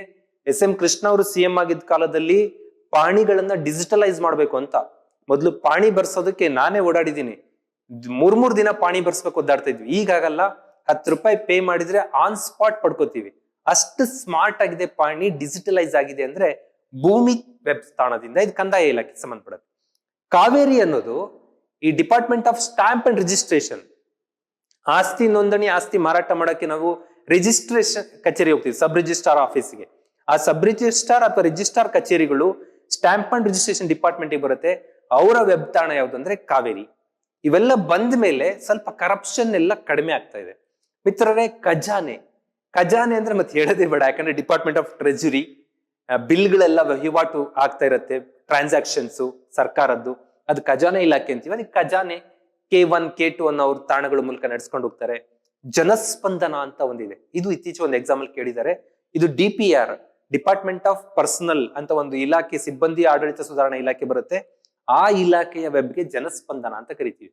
ಈ ತರ ನಿಮಗೆ ಗೊತ್ತೇ ಇರುತ್ತೆ. ಅವನು ಎಕ್ಸ್ಕ್ಲೂಸಿವ್ ಎಕ್ಸಾಂಪಲ್ ಕೇಳಲಾರ, ಯಾಕಂದ್ರೆ ಅರಣ್ಯ ಇಲಾಖೆದು, ಆಹಾರ food and civil supply department, ಸಹಕಾರ ಕೋಆಪರೇಟಿವ್ ಡಿಪಾರ್ಟ್ಮೆಂಟ್, ಪರಿಸರ ಎನ್ವೈರನ್ಮೆಂಟ್ ಡಿಪಾರ್ಟ್ಮೆಂಟ್ಗೆ ಸಂಬಂಧಪಟ್ಟಿರುತ್ತೆ. ಇವೆಲ್ಲ ಸರ್ಕಾರದ ಕೆಲವು ಮೇಜರ್ ವೆಬ್ ತಾಣಗಳು. ಇನ್ನು ಬಹಳಷ್ಟು ಇಲಾಖೆಗಳು ಅವ್ರದೇ ಇರ್ತಾರೆ. ಬ್ಯಾಕ್ವರ್ಡ್ ಕ್ಲಾಸ್ BC ಅಂತಾನೆ ಇಟ್ಕೊಂಡಿರ್ತಾರೆ, ಸೋಷಿಯಲ್ ಫಾರ್ SW ಅಂತ ಇಟ್ಕೊಂಡಿರ್ತಾರೆ. ಅವ್ಯಾವುದನ್ನು ಇಲ್ಲಿ ನಾನು ಮೆನ್ಷನ್ ಮಾಡಿಲ್ಲ. ನೆಕ್ಸ್ಟ್ ಬರೋಣ, 5ನೇ ಪ್ರಶ್ನೆ. ಆಡಳಿತದಲ್ಲಿ ಮಾಹಿತಿ ತಂತ್ರಜ್ಞಾನ, ಇನ್ಫಾರ್ಮೇಶನ್ ಕಮ್ಯುನಿಕೇಶನ್ ಕ್ವಿಕ್ ಆಗ್ಬೇಕು ಅಂತ. ಒಂದ್ ಅರ್ಜಿ ನಾವು ಬರೆಯಕ್ಕೆ 1 ಗಂಟೆ ಬೇಕು, ಬರ್ದಿದ್ದಲ್ಲಿ ಕೊಡೋಕೆ ಕಷ್ಟ, ಕೊಡದಿ ರಿಸೀವ್ ಮಾಡ್ಕೊಂತಾನೆ, ಅದು ರೀಡ್ ಮಾಡಕ್ಕಾಗಲ್ಲ. ಇಂಥ ಪರಿಸ್ಥಿತಿನಲ್ಲಿ ಆನ್ಲೈನ್ ಅಲ್ಲೇ ಕಂಪ್ಲೇಂಟ್ ಲಾಡ್ಜ್ ಮಾಡೋದು, ಇಮಿಡಿಯೇಟ್ ರೆಸ್ಪಾನ್ಸ್ ಬರುವಂತದ್ದು, ದಿಸ್ ಸಿಸ್ಟಮ್ ಇಸ್ ಮಾಹಿತಿ ತಂತ್ರಜ್ಞಾನ ಕ್ವಿಕ್ ರೆಸ್ಪಾನ್ಸ್ ಅಂತ ಕರಿತೀವಿ. ಇದನ್ನ ಮಾಡಲು ಕರ್ನಾಟಕ ಸರ್ಕಾರದಲ್ಲಿ ಯಾವ್ಯಾವ ಸಂಸ್ಥೆ ಮತ್ತು ವ್ಯವಸ್ಥೆಗಳು ಬೆಂಬಲವಾಗಿ ನಿಂತಿದ್ದಾವೆ? KSWAN ಅಂತ ಒಂದು, ಕೆಶಿಪ್ ಅಂತ ಒಂದು, ಕಿಯೋನಿಕ್ಸ್ ಅಂತ ಒಂದು, CLT ಅಂತ ಒಂದು 4 ನಿಮಗೆ ಹೇಳಿಕೆ ಕೊಟ್ಟಿದೀವಿ. ನೀವು ಡಿಸಿಷನ್ಸ್ ತಗೋಬೇಕು. 1, 2, 3 ಸರಿ, 1, 3, 4 ಸರಿ, 1, 2, 4 ಸರಿ, ಮೇಲ್ನ ಎಲ್ಲವೂ ಸರಿ. ಸ್ನೇಹಿತರೆ, ರೈಟ್ ಆನ್ಸರ್ ಏನು ನೋಡೋಣ. ದಟ್ ಈಸ್ 1, 3, 4 ಮಾತ್ರ ಕರೆಕ್ಟ್. 1, 3, 4 ಅಂದ್ರೆ KSWAN correct, Keonics correct, CLT correct, KSHIP ಬರಲ್ಲ. ಹಂಗಾರೆ ಇವೆಲ್ಲ ಏನು ಅಂತ ನೋಡೋದಾದ್ರೆ, KSWAN ಅಂದ್ರೆ Karnataka state wide area network. ಮುಂದೆ ಕಂಪ್ಯೂಟರ್ ಕ್ಲಾಸ್ಗಳನ್ನ ಮಾಡ್ತೀನಿ ನಾನು. ಗ್ರೂಪ್ C ಎಕ್ಸಾಮ್ ಅಲ್ಲಿ ಒಂದು 30+ ಮಾರ್ಕ್ಸ್ ಕಂಪ್ಯೂಟರ್ ಬಗ್ಗೆ ಕೇಳ್ತಾರೆ, ಅಲ್ಲಿ ತುಂಬಾ ಡೆಪ್ತ್ ಆಗಿ ಓದ್ಬೇಕಾಗತ್ತೆ. KSWAN ಅಂದ್ರೆ Karnataka state wide area network ಅಂತ. ಈ ಬ್ರಾಡ್ ಬ್ಯಾಂಡ್ ಕಮ್ಯುನಿಕೇಶನ್ ಅನ್ನ ಮತ್ತು ಲ್ಯಾನ್ ಕಮ್ಯುನಿಕೇಶನ್ ಅನ್ನ ಇಂಪ್ರೂವ್ ಮಾಡುತ್ತೆ. ಒಂದು ಆಫೀಸ್ ಏನು ರಿಜಿಸ್ಟ್ರಾರ್ ಕಚೇರಿ ಒಳಗಡೆ ಕಾವೇರಿ ನೆಟ್ವರ್ಕ್, ಲ್ಯಾನ್ ನೆಟ್ವರ್ಕ್ ಮಾಡಿರ್ತಾನೆ, ವ್ಯಾನ್ ನೆಟ್ವರ್ಕ್ ಮಾಡಿರ್ತಾನೆ. ಮೋಜಿನಿ ಒಳಗಡೆ ಲ್ಯಾನ್ ನೆಟ್ವರ್ಕ್ ಮಾಡಿರ್ತಾನೆ, ಆ ಆಫೀಸ್ ನ ಒಳಗಡೆ ನೆಟ್ವರ್ಕ್, ಲೋಕಲ್ ಏರಿಯಾ ನೆಟ್ವರ್ಕ್ ಅಂತೀವಿ. ವ್ಯಾನ್ ಅಂತ ಅಂದ್ರೆ ಇಲ್ಲಿ ನಡೆದ ಇವೆಂಟ್ ಗಳನ್ನ ಬೆಂಗಳೂರು ಆಫೀಸ್ ನಲ್ಲೂ ಕೂಡ ಚೆಕ್ಅಪ್ ಮಾಡಬಹುದು. That is wide area network. ಈಗ ಸಿಂಪ್ಲಿ ಒಂದು ಬ್ಯಾಂಕ್ ನಲ್ಲಿ ಕಂಪ್ಯೂಟರ್ ಟು ಕಂಪ್ಯೂಟರ್ ಲಿಂಕೇಜ್ ಆಗಿದೆ. ಇಲ್ಲಿ ಎಂಟ್ರಿ ಮಾಡಿದ ಕ್ಯಾಶ್ ತಗೊಂಡು ಮ್ಯಾನೇಜರ್ ಅಲ್ಲಿ ಕೂತ್ಕೊಂಡು ನೋಡ್ತಾ ಇದ್ದಾನೆ. ಇದಿಷ್ಟು ಸಿಸ್ಟಮ್ ಆಗಿದೆ ಅಂದ್ರೆ that is local area network. But ಇಲ್ಲಿ ಅಮೌಂಟ್ ಎಂಟ್ರಿ ಆಗ್ತಿದ್ದಂಗೆ ಬೆಂಗಳೂರಲ್ಲಿ ನಾವು ನೋಡ್ಬೋದು, ಡೆಲ್ಲಿನಲ್ಲಿ ನೋಡ್ಬೋದು ಅಂತ ಅಂದ್ರೆ ವೈಡ್ ಏರಿಯಾ ನೆಟ್ವರ್ಕ್ ವಿಸ್ತಾರವಾಗಿ ಅದು ವ್ಯಾಪಿಸಿರುತ್ತೆ. Karnataka state wide area network ಅನ್ನೋ ಒಂದು ಸಿಸ್ಟಮ್ ಇದೆ. 2009ರಿಂದ ಸ್ಟಾರ್ಟ್ ಮಾಡಿದ್ದು ಕರ್ನಾಟಕದಲ್ಲಿ ಇನ್ಫಾರ್ಮೇಶನ್ ಟೆಕ್ನಾಲಜಿ ಇಂಪ್ರೂವ್ ಮಾಡುವಂತ ಗವರ್ಮೆಂಟ್ ನ ಒಂದು ಇನಿಷಿಯೇಟಿವ್. ಕಿಯೋನಿಕ್ಸ್ ತುಂಬಾ ಹಳೆದಿದ್ದು, 1976 ಅಲ್ಲಿ ಬರುತ್ತೆ. Karnataka electronics development corporation limited ತುಂಬಾ ಇದು ನಮಗೆ ಕಿಯೋನಿಕ್ಸ್ ಅಂದ್ರೇನು, ಅಲ್ಲಲ್ಲಿ ಕಿಯೋನಿಕ್ಸ್ ಇಂದ ಸ್ಪಾನ್ಸರ್ಡ್ ಆದಂತ ಸಂಸ್ಥೆಗಳು ಕಂಪ್ಯೂಟರ್ ಕಲಿಸ್ತಾ ಇರ್ತವೆ, ಅದು ಕಿಯೋನಿಕ್ಸ್ ಅನ್ಕೋತೀವಿ. ನೋ, ಇದು ಕರ್ನಾಟಕ ಎಲೆಕ್ಟ್ರಾನಿಕ್ಸ್ ಡೆವಲಪ್ಮೆಂಟ್ ಕಾರ್ಪೊರೇಷನ್ ಅಂತ ಹೇಳಿ ತುಂಬಾ ಸರ್ಕಾರಕ್ಕೆ ಪೂರಕವಾದ electronics and means information technology ಕೆಲಸವನ್ನ ಮಾಡುತ್ತೆ. ಇನ್ನು CLT ಅನ್ನೋದು 2014 ಅಲ್ಲಿ ಇಂಟ್ರೊಡ್ಯೂಸ್ ಆಯ್ತು. ಈ ಸರ್ಕಾರ ಇನ್ಫಾರ್ಮೇಶನ್ ಟೆಕ್ನಾಲಜಿ ಜನರಿಗೆ ರೀಚ್ ಮಾಡಬೇಕು ಅಂದ್ರೆ ಅದರ ಮಧ್ಯವರ್ತಿ ಯಾರು ಅಂದ್ರೆ ಗವರ್ಮೆಂಟ್ ಎಂಪ್ಲಾಯ್. ಸರ್ಕಾರಕ್ಕೆ ಬೇಕು, ಜನಗಳಿಗೆ ಬೇಕು, ಗವರ್ಮೆಂಟ್ ಎಂಪ್ಲಾಯ್ಗೆ ಬರಲ್ಲ ಅಂತಂದ್ರೆ ಇಲ್ಲೆಲ್ಲ ಫೇಲ್ಯೂರ್ ಆಗೋಗುತ್ತೆ. That's why computer literacy test ಅಂತ ಒಂದು ಟೆಸ್ಟ್ ಅನ್ನ ಕಂಡಕ್ಟ್ ಮಾಡೋಕೆ ಸ್ಟಾರ್ಟ್ ಮಾಡ್ತು government of Karnataka. Government employee ಇದ್ದವರು ಕಂಪಲ್ಸರಿ ಈ ಪರೀಕ್ಷೆನ ತೆಗೆದುಕೊಂಡು ಪಾಸ್ ಆಗ್ಬೇಕು. ಅವಾಗ ಅವನಿಗೆ ಇನ್ಕ್ರಿಮೆಂಟ್ಗಳು ಬರ್ತವೆ, ಅವಾಗ ಅವನಿಗೆ ಏನ್ ಬೇಕಾದ ಸೌಲಭ್ಯಗಳು ಬರ್ತವೆ, ಇಲ್ಲಾಂದ್ರೆ ಕಟ್ ಮಾಡ್ತೀವಿ ಅಂತ ಹೆದರ್ಸಿದ್ರು. ಪ್ರೊಬೇಷನರಿ ಆಗಿಲ್ಲದ ವ್ಯಕ್ತಿಗಳಿಗೆ ಪ್ರೊಬೇಷನರಿ ಕ್ಲಿಯರ್ ಮಾಡಲ್ಲ ಅಂತ. ಇದು ಇನ್ನೂ ಸ್ವಲ್ಪ ಗೊಂದಲದಲ್ಲಿದೆ. ಇದ್ರ ವೆಬ್ಸೈಟ್ ತುಂಬಾ ಬ್ಲಾಂಕ್ ಇದೆ, ಈಗ ಯಾಕೋ ಪ್ರೋಸೆಸ್ ಅಲ್ಲಿ ಇಲ್ಲ. ಇದು ಕರೆಕ್ಟ್ ಆಗಿ ನಡೀತು ಅಂದ್ರೆ ಎಲ್ಲ ಗವರ್ಮೆಂಟ್ ಎಂಪ್ಲಾಯಿ ಕಂಪಲ್ಸರಿ ಕಂಪ್ಯೂಟರ್ ಲಿಟರೇಟರ್ ಆಗ್ಲೇಬೇಕು. ನಾವು ಅಕ್ಷರ ಲಿಟ್ರೇಟ್ ಆಗೋದು ಬೇರೆ, ಟೆಕ್ನಾಲಜಿ ಲಿಟ್ರೇಟ್ ಆಗೋದು ಬೇರೆ. ಟೆಕ್ನಾಲಜಿ ಲಿಟ್ರೇಟ್ ಆಗ್ಲೇಬೇಕು ಅನ್ನೋದು CLT 2014 ಬಂದಿದೆ. ಇವು ಮೂರು ಕರ್ನಾಟಕದಲ್ಲಿ IT ಯನ್ನ ಜನರಿಗೆ ಮುಟ್ಟಿಸುವ ಪ್ರಯತ್ನ, ಡಿವೈಡಿಂಗ್ ಏನು ಡಿಜಿಟಲ್ ಡಿವೈಡ್ ಆಗಿದೆ ಅದನ್ನು ಕೂಡಿಸುವ ಪ್ರಯತ್ನವನ್ನ ಮಾಡ್ತಾ ಇದೆ. ಕಂಪ್ಯೂಟರ್ ನಲ್ಲಿ ಬರೆದ ಕನ್ನಡ ಮೊಬೈಲ್ ನಲ್ಲಿ ಓದಕ್ ಬರ್ತಾ ಇಲ್ಲ. ನೀವು ಕಂಪ್ಯೂಟರ್ ಅಲ್ಲಿ ಟೈಪ್ ಮಾಡಿದೀರಾ, ಅದನ್ನ ಸೆಂಡ್ ಮಾಡ್ಕೊಂಡಿದ್ದೀರಾ ಇಮೇಲ್, ಬಟ್ ನಿಮ್ ಮೊಬೈಲ್ ಅಲ್ಲಿ ರೀಡ್ ಮಾಡಕ್ ಬರ್ತಾ ಇಲ್ಲ. ಇದಕ್ ಕಾರಣ ಏನು? ನೀವು ಕಂಪ್ಯೂಟರ್ ಅಲ್ಲಿ ಬರೆಯುವಾಗ ಏಕಭಾಷೆಯಲ್ಲಿ ಬರೆದಿದ್ದೀರಾ, ಕಂಪ್ಯೂಟರ್ ನಲ್ಲಿ ಬರೆಯುವಾಗ ದ್ವಿಭಾಷೆಯಲ್ಲಿ ಬರೆದಿದ್ದೀರಾ, ಯುನಿಕ್ ಕೋಡ್ ನಲ್ಲಿ ಬರೆದಿದ್ದೀರಿ ಅಥವಾ ಯುನಿಕ್ ಕೋಡ್ ಅಲ್ಲಿ ಬರ್ದಿಲ್ಲ. ಇಷ್ಟಿದೆ. ರೈಟ್ ಆನ್ಸರ್ ಯುನಿಕ್ ಕೋಡ್ ನಲ್ಲಿ ಬರ್ದಿಲ್ಲ ಅಂತ.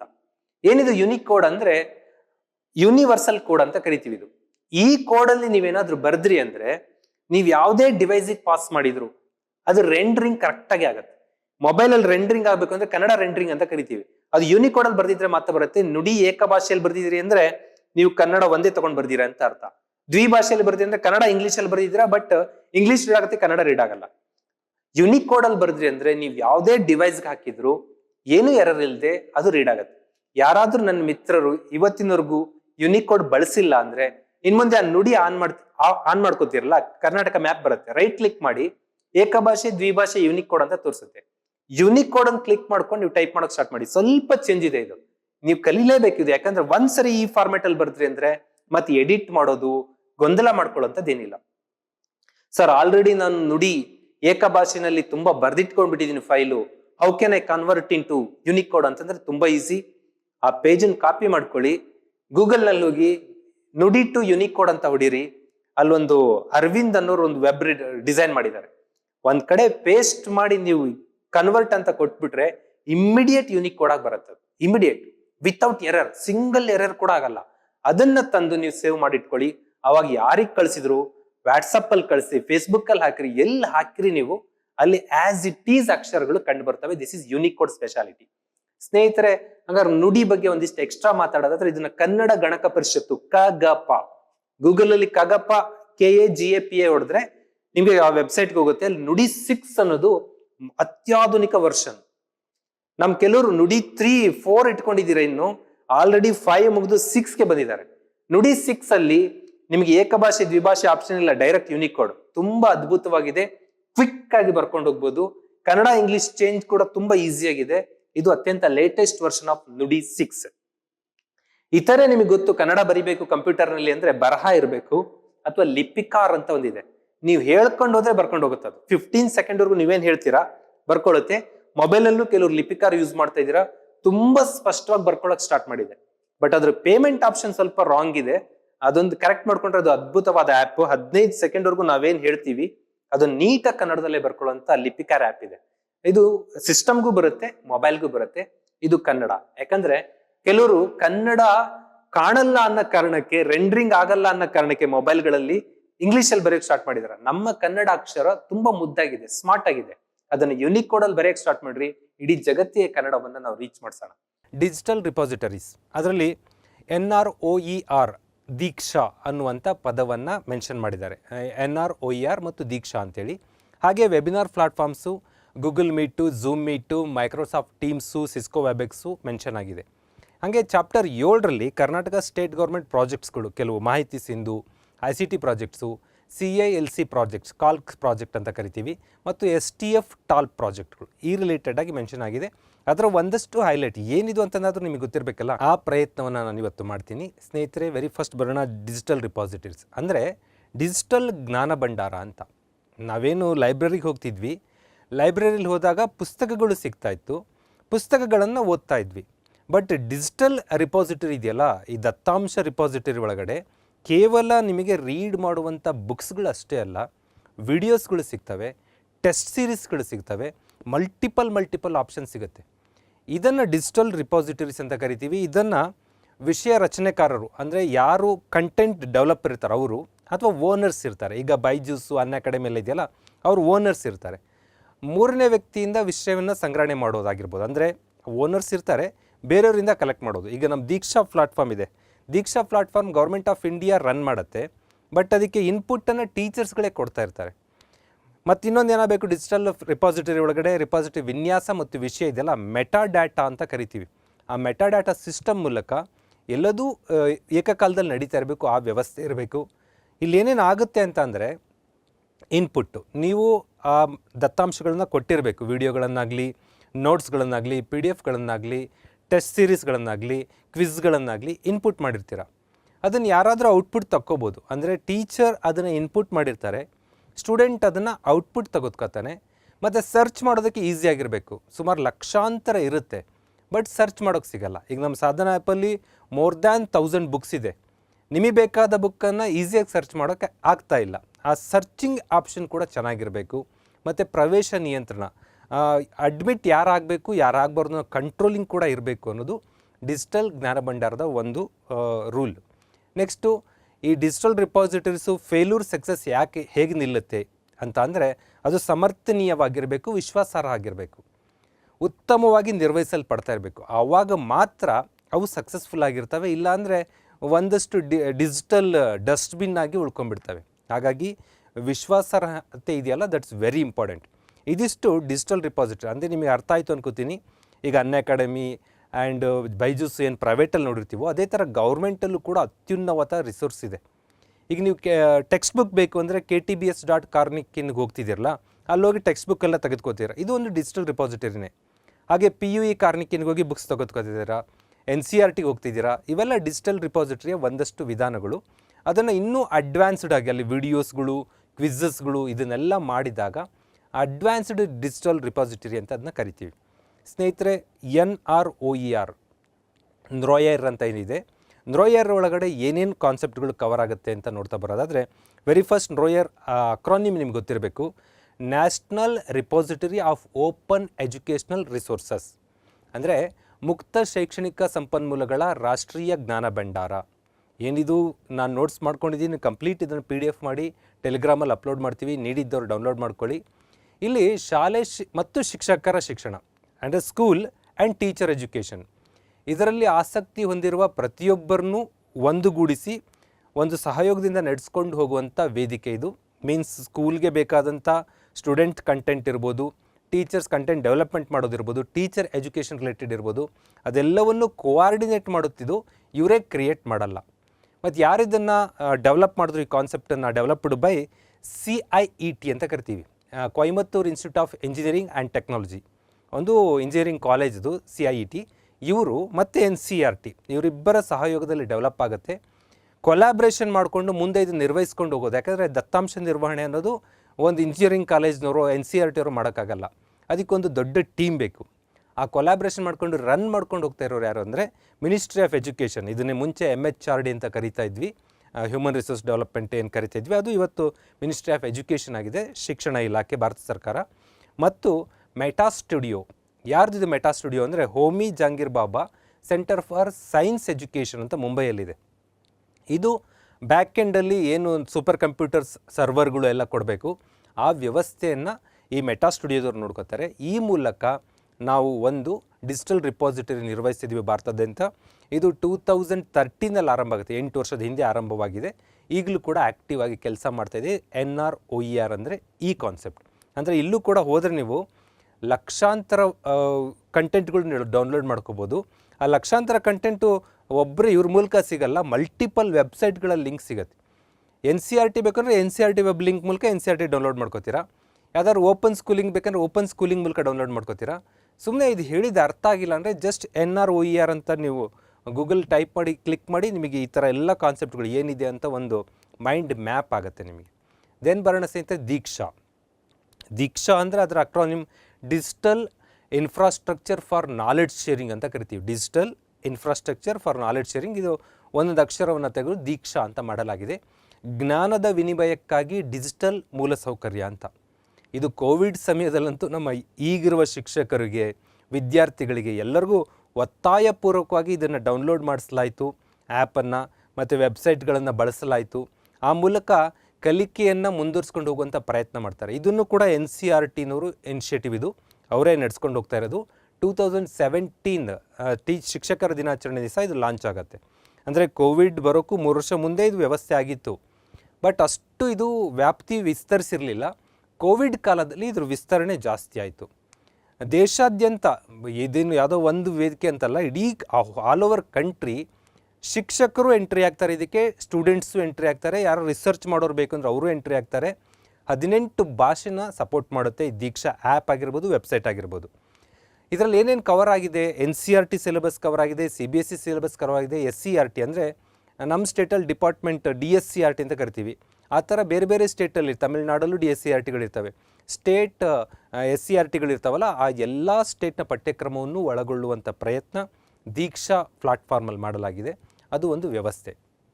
ಇಲ್ಲಿ ಏನೇನು ಕವರ್ ಮಾಡ್ತಾರೆ ದೀಕ್ಷಾದಲ್ಲಿ ಅಂದರೆ teacher and leadership training, teacher ತರಬೇತಿಗಳಾಗುತ್ತೆ, ಲೀಡರ್ಶಿಪ್ ತರಬೇತಿ ಆಗುತ್ತೆ. ಅಂದರೆ ಶಿಕ್ಷಕರು ಏನು B.Ed D.Ed ಮಾಡಿರ್ತೀವಿ ಅಲ್ಲಿಗೆ ಮುಗಿಯೋದಲ್ಲ, ನಿರಂತರ ಕಲಿಕೆ, ನಿರಂತರ ತರಬೇತಿಗಳು ಬೇಕಾಗತ್ತೆ. ಆ ವ್ಯವಸ್ಥೆಯನ್ನು ದೀಕ್ಷಾದಲ್ಲಿ ಮಾಡಲಾಗುತ್ತೆ. Lesson plants and teacher tools ಅಂತ ಕರಿತೀವಿ. ನೋಟ್ಸ್ ಆಫ್ ಲೆಸನ್ ಮಾಡ್ಕೊಳ್ಳೋದಕ್ಕೆ ಮತ್ತು ಟೀಚರ್ಸ್ಗೆ ಏನು ಟೂಲ್ಸ್ ಬೇಕು ಅನ್ನೋದನ್ನು ಕೂಡ ಸಪ್ಲೈ ಮಾಡ್ತಾರೆ. ಎಕ್ಸ್ಪ್ಲನೇಷನ್ ಕಂಟೆಂಟ್, ವಿವರಣೆ ಮಾಡುವಂಥ ಕಂಟೆಂಟ್ ಇರುತ್ತೆ. ಪ್ರಾಕ್ಟೀಸ್ ಆ್ಯಂಡ್ ಹಾರ್ಡ್ ಹೋಮ್ವರ್ಕ್ ಏನು ಮಾಡಬೇಕು ಅದು ಇರುತ್ತೆ. ಕ್ವಶನ್ ಬ್ಯಾಂಕ್ಸ್ಗಳು, ಎಕ್ಸಾಮ್ ಪ್ರಿಪ್ರೇಷನ್ ಗೈಡೆನ್ಸ್ ಇರುತ್ತೆ. ಅಸೆಸ್ಮೆಂಟ್, ಇವ್ಯಾಲ್ಯೂಷನ್ ಹೇಗಬೇಕು ಅಂತ ಇರುತ್ತೆ. ಕ್ವಿಜ್ಗಳು ಇರ್ತವೆ, ಆನ್ಲೈನ್ ಕ್ವಿಜ್ಗಳೇ ಇರುತ್ತೆ. ಇಷ್ಟು ವ್ಯವಸ್ಥೆನ ದೀಕ್ಷಾ ಇನ್ಫ್ರಾಸ್ಟ್ರಕ್ಚರಲ್ಲಿ ಮಾಡಲಾಗಿದೆ. ಜೊತೆಗೆ ಇದ್ರ ಸ್ಟ್ಯಾಟಿಸ್ಟಿಕ್ಸ್ ನೋಡಿದ್ರೆ ನಿಮಗೆ ಆಶ್ಚರ್ಯ ಆಗುತ್ತೆ. ಸುಮಾರು ಯೂಸೇಜ್ ಅಂದರೆ ಲರ್ನಿಂಗ್ ಸೆಷನ್, ಇನ್ಪುಟ್ ಔಟ್ಪುಟ್ ಸೆಷನ್ಗಳು ಸುಮಾರು 500 ಕೋಟಿಯಷ್ಟು ಕಂಟೆಂಟು ಕರೆಂಟ್ ಯೂಸೇಜ್ಗಳು ಆಗಿದೆ. ಇದರಲ್ಲಿ ವಾಚ್ ಟೈಮ್ ಅಂತ ಕರಿತೀವಿ ನಾವು. ಈ ಯೂಟ್ಯೂಬೆಲ್ಲ ನೋಡಿದಾಗ ನೀವು ಎಷ್ಟೊತ್ತು ಕೂತಿದ್ದೀರಿ ಅನ್ನೋದು ಇಂಪಾರ್ಟೆಂಟ್. ಆ ವಾಚ್ ಟೈಮ್ ನೋಡಿದ್ರೆ 5,000 ಮಿನಿಟ್ಸ್, 5,000 crore ಮಿನಿಟ್ಸ್ನಷ್ಟು ವಾಚ್ ಟೈಮ್ ಇದೆ. ಬಟ್ ಬೇಜಾರಾಗೋದು ಅಂದರೆ ಕಾಂಟ್ರಿಬ್ಯೂಟರ್ ಅಂದರೆ ದೀಕ್ಷಾಕ್ಕೆ ಕಾಂಟ್ರಿಬ್ಯೂಟ್ ಮಾಡೋಂಥದ್ದು ತಮ್ಮ ಕಂಟೆಂಟನ್ನು. ದೇಶದಾದ್ಯಂತ ಲಕ್ಷಾಂತರ ಶಿಕ್ಷಕರಿದ್ದಾರೆ, ಇನ್ನು ಕರ್ನಾಟಕದಲ್ಲಿ ಲಕ್ಷಕ್ಕೂ ಹೆಚ್ಚು ಶಿಕ್ಷಕರಿದ್ದಾರೆ. ಆದರೆ ದೀಕ್ಷಾಕ್ಕೆ ಕಾಂಟ್ರಿಬ್ಯೂಟ್ ಆಗಿರೋದು ಕೇವಲ 11,198. ಐ ಥಿಂಕ್ ನೀವೆಲ್ಲ 15,000 ಜನ ಬಂದರೆ 15,000 ಜನನೂ ಕಾಂಟ್ರಿಬ್ಯೂಟ್ ಮಾಡಿದ್ರಿ ಅಂದರೆ ಈ ನಂಬರ್ ಒಂದೇ ಸರಿ ಡಬಲ್ ಆಗುತ್ತೆ. ದೀಕ್ಷಾಕ್ಕೆ ಕಾಂಟ್ರಿಬ್ಯೂಷನ್ ಮಾಡೋದ್ರಿಂದ ಹೆಚ್ಚು ನಾಲೆಡ್ಜ್ ಶೇರಿಂಗ್ ಮಾಡ್ಕೋಬೋದು. ಆ್ಯಂಡ್ ಕಾಂಟ್ರಿಬ್ಯೂಷನ್ಸ್ 11,000 ಜನ ಶಿಕ್ಷಕರ ಕಾಂಟ್ರಿಬ್ಯೂಷನ್ನಿಂದ ಸುಮಾರು 2 ಲಕ್ಷಕ್ಕೂ ಹೆಚ್ಚು ಕಂಟೆಂಟ್ಗಳನ್ನು ಇವರು ಕೊಡಲಾಗಿದೆ. 6,500 ಹೆಚ್ಚು ಕೋರ್ಸ್ಗಳಿದ್ದಾವೆ ಇಲ್ಲಿ. ಎನ್ರೋಲ್ಮೆಂಟು ಅದೆಲ್ಲ ಡಾಟಾಗಳಿದೆ, ಬೇಕಿದ್ದಲ್ಲಿ ಇದನ್ನು ನೋಡ್ಕೊಳ್ಳಿ. ಸುಮ್ಮನೆ ಜಸ್ಟ್ ಫಾರ್ ಯುವರ್ ನಾಲೆಡ್ಜ್. ಎಷ್ಟು ದೊಡ್ಡ ಪ್ಲಾಟ್ಫಾರ್ಮ್, ಎಷ್ಟು ದೊಡ್ಡ ಶಿಕ್ಷಕ ವರ್ಗ ಇದೆ, ಬಟ್ ಕಾಂಟ್ರಿಬ್ಯೂಷನ್ ಮಾಡಿರೋದು ಕೇವಲ 11,000+. ಮತ್ತು ಯೂಸೇಜ್ ವಾಚ್ ಟೈಮ್ ಮಿನಿಟ್ ಇದೆಯಲ್ಲ, 5,000 ಕೋಟಿ ನಿಮಿಷಗಳು ಅನ್ನಲ್ಲ, ಅದನ್ನೇ ನಾನು ತುಂಬ ದೊಡ್ಡದು ಅಂತ ಅನ್ನಲ್ಲ. ಯಾಕಂದರೆ ನಮ್ಮ ಸಾಧನ ಯೂಟ್ಯೂಬು ಇರೋದೇ 4-5 ಜನ ಎಜುಕೇಟರ್ಸ್ ಇದ್ದೀವಿ. ನಾವೇ 50 ಕೋಟಿ ಮಿನಿಟ್ಗಳ ವ್ಯೂಸ್ ಪಡ್ಕೊಂಡಿದ್ದೀವಿ. 50 ಕೋಟಿ ಮಿನಿಟ್ಟು 4-5 ಜನ ಪಡ್ಕೊಂಡಿದ್ದೀವಿ. ಬಟ್ ಇಲ್ಲಿರೋದು 50,000 ಕೋಟಿ ಮಾತ್ರ, 5,000 ಕೋಟಿ ಮಾತ್ರ. ಹಾಗಾಗಿ ದೊಡ್ಡ ವೇದಿಕೆಗಳನ್ನು ಹೇಗೆ ಯುಟಿಲೈಸ್ ಮಾಡ್ಕೋಬೇಕು ಅನ್ನೋದು ನಿಮಗೂ ನಾಲೆಡ್ಜ್ ಇರಬೇಕು ಅನ್ನೋದಕ್ಕೆ ದೀಕ್ಷಾ ಒಂದು ಸಿಲೆಬಸ್ಗೆ ಇಟ್ಟಿದ್ದಾರೆ ಅಂತ ನಾನು ಅನ್ಕೋತೀನಿ. ದೆನ್ ವಿದ್ಯಾದಾನ್ ಅಂತ ಅದೇ ದೀಕ್ಷಾದಲ್ಲೇ ಒಂದು ಸಬ್ ಕಾನ್ಸೆಪ್ಟ್ ಬರುತ್ತೆ. ಅಲ್ಲೂ ಕೂಡ ಅದು ಪ್ಲಾಟ್ಫಾರ್ಮ್ ಏನು ಅಂದರೆ ನೀವು ಅಪ್ಲೋಡ್ ಮಾಡುವಂಥದ್ದು. ಶೇರ್ ಫಾರ್ ಯುವರ್ ಕೇರ್ ಅಂತ ಅದಕ್ಕೆ ಟೈಟ್ಲ್ ಕೊಡ್ತಾರೆ. ನಾವು ಡಾಟಾವನ್ನು ಅಂದರೆ ಏನು ಕಂಟೆಂಟನ್ನು ಡೆವಲಪ್ ಮಾಡಿ ಅಪ್ಲೋಡ್ ಮಾಡುವಂಥ ಪ್ರಯತ್ನ ಮಾಡಲಿತ್ವಿ. ಇದನ್ನು ವಿದ್ಯಾದಾನ್ ವ್ಯವಸ್ಥೆ ಅಂತೇಳಿ ದೀಕ್ಷಾದಲ್ಲಿ ಯಾರು ಬೇಕಾದರೂ ಕಂಟೆಂಟ್ ಡೆವಲಪ್ ಮಾಡಿ ಅಲ್ಲಿ ಕಾಂಟ್ರಿಬ್ಯೂಟ್ ಮಾಡುವಂಥ ವ್ಯವಸ್ಥೆ ಇರುತ್ತೆ. ನೆಕ್ಸ್ಟ್ ಬರೋಣ ಸ್ನೇಹಿತರೆ, ಈ ರಿಪೋಸಿಟರಿ ಒಳಗಡೆ national digital library of India ಅಂತ ಭಾಳ ಎಕ್ಸಾಮಲ್ಲಿ ಕೇಳಿರೋದನ್ನ ಇದು ಹೇಳ್ತಾ ಇದ್ದೀನಿ. One library all of India ಅಂತ ಇದಕ್ಕೆ ಟ್ಯಾಗ್ಲೈನ್ ಹಾಕೋತಾರೆ. ಇದು national Indian institute of technology ಇರುತ್ತಲ್ಲ, IIT ಖರಗ್ಪುರ್, ಅವರು ಡೆವಲಪ್ ಮಾಡಿರೋದು. ಕೋಟ್ಯಾಂತರ ಸ್ಟಡಿ ಮೆಟೀರಿಯಲ್ಗಳು ಇಲ್ಲಿ ಅಪ್ಲೋಡ್ ಮಾಡಲಾಗಿದೆ. ಅಲ್ಲಿ ಕಾಣ್ತಾ ಇದೆ ನಿಮಗೆ ಅಷ್ಟು ಕೋಟಿಗಟ್ಟಲೆ ಮೆಟೀರಿಯಲ್ಗಳು, ರಿಸೋರ್ಸ್ಗಳು ಇಲ್ಲಿ ಅವೈಲೇಬಲ್ ಇದೆ. National digital library. ಇಲ್ಲಿ ಕೇಳ್ಬೋದಾದ ಪ್ರಶ್ನೆ, ಯಾರು ಇದನ್ನು ನಿರ್ವಹಿಸ್ತಾರೆ ಅಂದರೆ ಮಿನಿಸ್ಟ್ರಿ ಆಫ್ ಎಜುಕೇಷನ್ ಇದಕ್ಕೆ ಫಂಡಿಂಗ್ ಎಲ್ಲ ಮಾಡುತ್ತೆ. ಇದನ್ನು ನಿರ್ವಹಿಸುವಂಥದ್ದು IIT ಖರಗ್ಪುರ್ ಅವರು ನಿರ್ವಹಣೆ ಮಾಡ್ತಾರೆ. ಇದು ನ್ಯಾಷನಲ್ ಡಿಜಿಟಲ್ ಲೈಬ್ರರಿ. ನೆಕ್ಸ್ಟ್ ಬರೋಣ, KOER, Karnataka open educational resources ಅಂತ ಕರಿತೀವಿ. ಏನು NROER ಇತ್ತಲ್ಲ, ಅದೇ ಮಾಡಲಲ್ಲಿ ಕರ್ನಾಟಕದಲ್ಲೂ STF ಅಂತ ಕರಿತೀವಿ. STF ಅಂತ ಒಂದು ವ್ಯವಸ್ಥೆ ಮೂಲಕ ಕರ್ನಾಟಕದಲ್ಲೂ ಓಪನ್ ಆಗಿ ರಿಸೋರ್ಸ್ಗಳನ್ನ ಅವೈಲ್ ಮಾಡೋದು, ಶೇರ್ ಮಾಡುವಂಥ ಪ್ರಯತ್ನವನ್ನು ಒಂದು ವ್ಯವಸ್ಥೆ ಮೂಲಕ ಮಾಡ್ತೀವಿ. ಇದು KOER ಅಂತ ಕರಿತೀವಿ. ದೆನ್ ಬರೋಣ ಸ್ನೇಹಿತರೆ, MOOCs ಪದ ನಿಮಗೆ ಗೊತ್ತಿರಲೇಬೇಕು. ಮ್ಯಾಸಿವ್ ಓಪನ್ ಆನ್ಲೈನ್ ಕೋರ್ಸಸ್ ಅಂತ. ಇದು 19ನೇ ಶತಮಾನದಲ್ಲೇ ಈ ಕಾನ್ಸೆಪ್ಟನ್ನು ಆಫ್ಲೈನ್ ಮೂಲಕ ಇತ್ತು, ಆವಾಗ ಡಿಜಿಟಲ್ ಎಲ್ಲ ಇಲ್ಲ. ಬಟ್ ಡಿಜಿಟಲ್ ಬಂದ ಮೇಲೆ ಕೋರ್ಸ್ಗಳೆಲ್ಲ ಶೇರ್ ಮಾಡ್ಕೋಬೇಕು, ನಾಲೆಡ್ಜ್ ಶೇರ್ ಮಾಡ್ಕೋಬೇಕು ಆನ್ಲೈನ್ ಮೂಲಕ ಅಂತ. ನಾಲೆಡ್ಜ್ ಶೇರ್ ಶತಮಾನಗಳಿಂದ ಇದೆ. ಥ್ರೂ ದಿ ಆನ್ಲೈನ್ ಉಚಿತವಾಗಿ ಶೇರ್ ಮಾಡ್ಕೋಬೇಕು ಅನ್ನುವಂಥ ವ್ಯವಸ್ಥೆಯನ್ನು MOOCs ಸಿಸ್ಟಮ್ ಅಂತ ಕರಿತೀವಿ. ಇದು ಒಂದು ಆರ್ಗನೈಸೇಷನ್, ಇದಕ್ಕೆ ಯಾವುದೇ ಗೌರ್ಮೆಂಟ್ ಇಲ್ಲ. ಇದು ಜಗತ್ತಿನಾದ್ಯಂತ ಇರುವಂಥ ವ್ಯವಸ್ಥೆ. ಕೋಟ್ಯಂತರ ಕಂಟೆಂಟ್ ಡೆವಲಪರ್ ಇದ್ದಾರೆ, ಕೋಟ್ಯಂತರ ಡೌನ್ಲೋಡ್ ಮಾಡೋಂಥವ್ರು ಇದ್ದಾರೆ. ಇದು ಭಾಳ ಈಸಿಯಾಗಿರುತ್ತೆ, ಯಾರು ಬೇಕಾದರೂ ಡೌನ್ಲೋಡ್ ಮಾಡ್ಬೋದು, ಯಾರು ಬೇಕಾದ್ರೂ ಕಂಟೆಂಟ್ ಅಪ್ಲೋಡ್ ಮಾಡ್ಬೋದು. ಆ ವ್ಯವಸ್ಥೆನ MOOCs ಸಿಸ್ಟಮ್ ಅಂತ ಕರಿತೀವಿ. ದೆನ್ ಸ್ವಯಂ ಅಂತ ಒಂದಿದೆ. 9ನೇ ಕ್ಲಾಸ್ ನಂತರದಲ್ಲಿ ಪೋಸ್ಟ್ ಗ್ರ್ಯಾಜುಯೇಷನ್ವರೆಗೂ ಬೇಕಾಗುವಷ್ಟು ಸ್ಟಡಿ ಮೆಟೀರಿಯಲ್ಗಳೆಲ್ಲ ಲರ್ನಿಂಗ್ ಪ್ಲಾಟ್ಫಾರ್ಮ್. ಇದು ಸ್ವಯಂ, ಸ್ವಂತ ಕಲಿಯುವಂಥ ವ್ಯವಸ್ಥೆ. swayam.gov.in ಅಂತ ಆ ವ್ಯವಸ್ಥೆ ಮೂಲಕ ಇದೆ. ಶೋಧ್ ಸಿಂಧು ಅಂತ ಒಂದು ವ್ಯವಸ್ಥೆ ಬರುತ್ತೆ, ಅಲ್ಲೂ ಕೂಡ ಕಂಟೆಂಟ್ಗಳನ್ನು ಡೆವಲಪ್ ಮಾಡಲಾಗಿದೆ. ಹಾಗೆ EPG ಪಾಠಶಾಲಾ, ಇದೆಲ್ಲ UGC ಪ್ರಕಾರ ಡಿಗ್ರಿ ಲೆವೆಲಲ್ಲಿರುತ್ತೆ, ಬಟ್ ನಿಮಗೆ GK ಲೆವೆಲ್ ನಾಲೆಡ್ಜ್ಗೆ ಗೊತ್ತಿರಲಿ ಅಂತ ಹಾಕಿದ್ದೀನಿ. ಸ್ವಯಂ ಪ್ರಭಾ, ಇದು ನಿಮಗೆ ಎಲ್ಲರಿಗೂ ಗೊತ್ತಿರಬೇಕು. 34 DTH ಚಾನಲ್ಸ್ ಇದೆ ಸರ್ಕಾರದಿಂದ, DTH ಡೈರೆಕ್ಟ್ ಟು ಹೋಮ್ ಚಾನಲ್ಗಳು. ಆ ಮೂಲಕ ಕ್ಲಾಸ್ಗಳು 24/7 ನಡೆಸಬೇಕು ಅನ್ನೋದು ಇದು ಸ್ವಯಂ ಪ್ರಭಾ ಚಾನಲ್. ಇಲ್ಲಿ ಎಜುಕೇಷನ್ 24/7 ನಡಿಬೇಕು ಅನ್ನೋಂಥ ಸಿಸ್ಟಮ್ ನಡೀತಾ ಇದೆ. ಹಾಗೆ NPTEL, national programme on technology enhanced learning ಅಂತ ಕರಿತೀವಿ. NPTEL ಮೂಲಕನೂ ಕೂಡ ನಾವು ಡಿಜಿಟಲ್ ರಿಪಾಸಿಟರಿನ ಪಡ್ಕೋಬೋದಂಥ ಸಿಸ್ಟಮ್. ಇದಿಷ್ಟು ಪ್ರಮುಖವಾದ್ದು. ನೆಕ್ಸ್ಟ್ ಬರೋಣ, ಸಿಲೆಬಸ್ಸಲ್ಲಿ ಇರೋದು ವೆಬಿನಾರ್ ಪ್ಲಾಟ್ಫಾರ್ಮ್ ಅಂತ. ವೆಬಿನಾರ್ ಅಂದರೆ ನಾವೆಲ್ಲ TV-ನಲ್ಲಿ 4-5 ಜನ ಕೂತ್ಕೊಂಡು ಪ್ಯಾನಲ್ ಡಿಸ್ಕಷನ್ ನೋಡ್ತಾ ಇದ್ವಲ್ಲ, ಆ ಪ್ಯಾನಲ್ ಡಿಸ್ಕಷನ್ ಮಾಡಲನ್ನು ನಾವೆಲ್ಲ ಕಾಮನ್ ಮ್ಯಾನ್ಗಳು ಬಳಸಬಹುದಾದಂಥ ವ್ಯವಸ್ಥೆ ಕೋವಿಡ್ ಕಾರಣದಲ್ಲಿ ಬಂತು. ಕೋವಿಡ್ ಕಾಲದಲ್ಲಿ ಹೇಗಾಯಿತು ಅಂತಂದರೆ, ಎಲ್ಲರೂ ಡಿಸ್ಕನೆಕ್ಟ್ ಆದ್ವಿ, ಹೋಮಲ್ಲಿ ಲಾಕ್ಡೌನಲ್ಲಿ ಹೋಮಲ್ಲಿ ಲಾಕ್ ಆಗ್ತೀವಿ. ಆ ಟೈಮಲ್ಲಿ ಒಬ್ರಿಗೊಬ್ರಿಗೆ ಕನೆಕ್ಟಿವಿಟಿ ಇರಬೇಕು, ನಾಲೆಡ್ಜ್ ಶೇರ್ ಆಗಬೇಕು ಅಂದಾಗ ಹಲವಾರು ವೆಬಿನಾರ್ ಪ್ಲ್ಯಾಟ್ಫಾರ್ಮ್ಗಳು ಹುಟ್ಕೋತಾವೆ. ಇವತ್ತಂತೂ 100 ಪ್ಲ್ಯಾಟ್ಫಾರ್ಮ್ ಇದೆ. ಬಟ್ ಸಿಲೆಬಸ್ಸಲ್ಲಿ 4-5 ಮೆನ್ಷನ್ ಮಾಡಿದ್ದಾರೆ, ಅದನ್ನು ಡಿಸ್ಕಸ್ ಮಾಡೋಣ. ಈ ಥರ ಇಲ್ಲೇನು ಚಿತ್ರದಲ್ಲಿ ನೋಡ್ತಾ ಇದ್ದೀರಾ, ಪ್ಯಾನಲ್ ಡಿಸ್ಕಷನ್ TV-ಯಲ್ಲಿ ಬಂದರೆ ನಾವು ಅದನ್ನೆಲ್ಲ ವಿಶೇಷ ಅಂತ ಇದ್ವಿ. ಈಗ ನಮ್ಮ ಮೊಬೈಲಲ್ಲೇ ನಾವು ಈ ಥರ ಪ್ಯಾನಲ್ ಡಿಸ್ಕಷನ್ನ ಆರಂಭ ಮಾಡ್ಬೋದು. ಆ ಥರ ವೆಬಿನಾರ್ ಪ್ಲಾಟ್ಫಾರ್ಮ್ಸ್ ಇದೆ. ಇಲ್ಲೇನಂದರೆ ಕೇವಲ ಮಾತಾಡೋದಷ್ಟೇ ಅಲ್ಲ, ನಿಮ್ಮ ಪವರ್ ಪಾಯಿಂಟ್ ಇದ್ದರೆ ಪ್ರೆಸೆಂಟ್ ಮಾಡ್ಬೋದು, PDF ಇದ್ದರೆ ಪ್ರೆಸೆಂಟ್ ಮಾಡ್ಬೋದು, ಆ ಮೂಲಕ ಶೇರ್ ಮಾಡ್ಬೋದು, ಮುಖಾಮುಖಿ ಮಾತಾಡ್ಬೋದು, ಇಲ್ಲ ಮಾತಾಡೋಕ್ಕೆ ಬೇಜಾರಾದರೆ ಟೆಕ್ಸ್ಟ್ ಮೂಲಕ ಎಕ್ಸ್ಚೇಂಜ್ ಮಾಡ್ಕೋಬೋದು. ಅಲ್ಲೇ ಯಾರಿಗೆ ಮಾತಾಡಬೇಕು ಯಾರಿಗೆ ಮಾತಾಡಬಾರ್ದು ಆ ಕಂಟ್ರೋಲಿಂಗ್ ಎಲ್ಲ ಇರುತ್ತೆ. ಇಷ್ಟು ವ್ಯವಸ್ಥಿತವಾದ ವೆಬಿನಾರ್ ಪ್ಲಾಟ್ಫಾರ್ಮ್ಗಳಿದ್ದಾವೆ.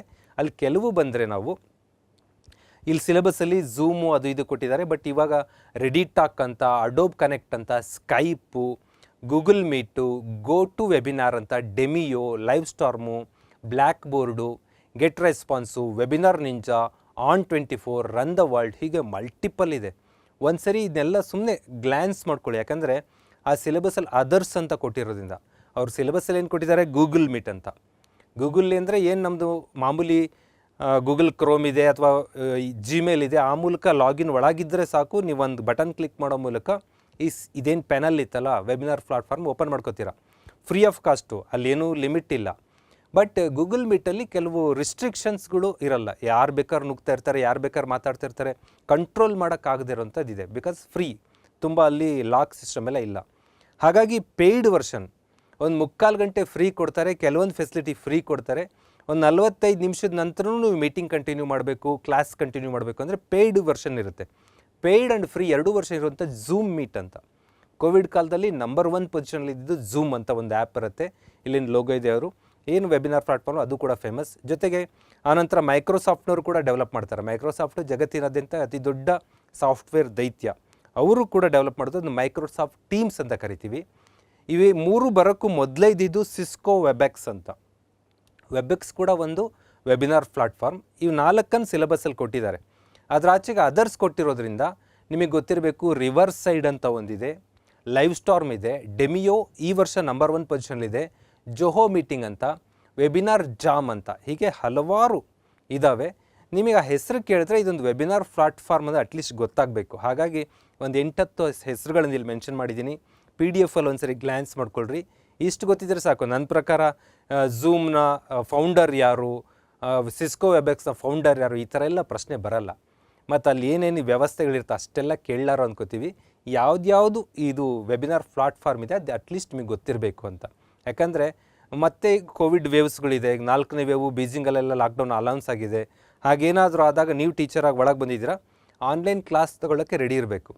ಆಫ್ಲೈನ್ ಕ್ಲಾಸ್ಗಿಂತ ಮಸ್ತ್ ಕಂಟ್ರೋಲ್ಡ್ ಆಗಿ ಆನ್ಲೈನ್ ಕ್ಲಾಸ್ ನಡೆಸ್ಬೋದು. ನಾವು ಅನ್ಕೋತೀವಿ ಆನ್ಲೈನ್ ಕ್ಲಾಸ್ಗಳು ಫೇಲ್ಯೂರು, ಆಫ್ಲೈನ್ ಕ್ಲಾಸ್ ಮಾತ್ರ ಸಕ್ಸಸ್ಫುಲ್ ಅಂತ. ಬಟ್ ಚೆನ್ನಾಗಿ ಟೆಕ್ನಾಲಜಿ ನಾಲೆಡ್ಜ್ ಇದ್ದರೆ ಆನ್ಲೈನ್ ಕ್ಲಾಸ್ಗಳು ತುಂಬ ಕಂಟ್ರೋಲ್ಡ್ ಆಗಿ ತುಂಬ ವ್ಯವಸ್ಥಿತವಾಗಿ ಟೆಸ್ಟ್ಗಳನ್ನು ಕೂಡ ಮಾಡುವಂಥ ಸಿಸ್ಟಮನ್ನು ಇವೆಲ್ಲ ಕೊಡ್ತಾ ಇರ್ತವೆ. ಸ್ನೇಹಿತರೆ, ಮತ್ತು ಬರೋಣ ಚಾಪ್ಟರ್ 7.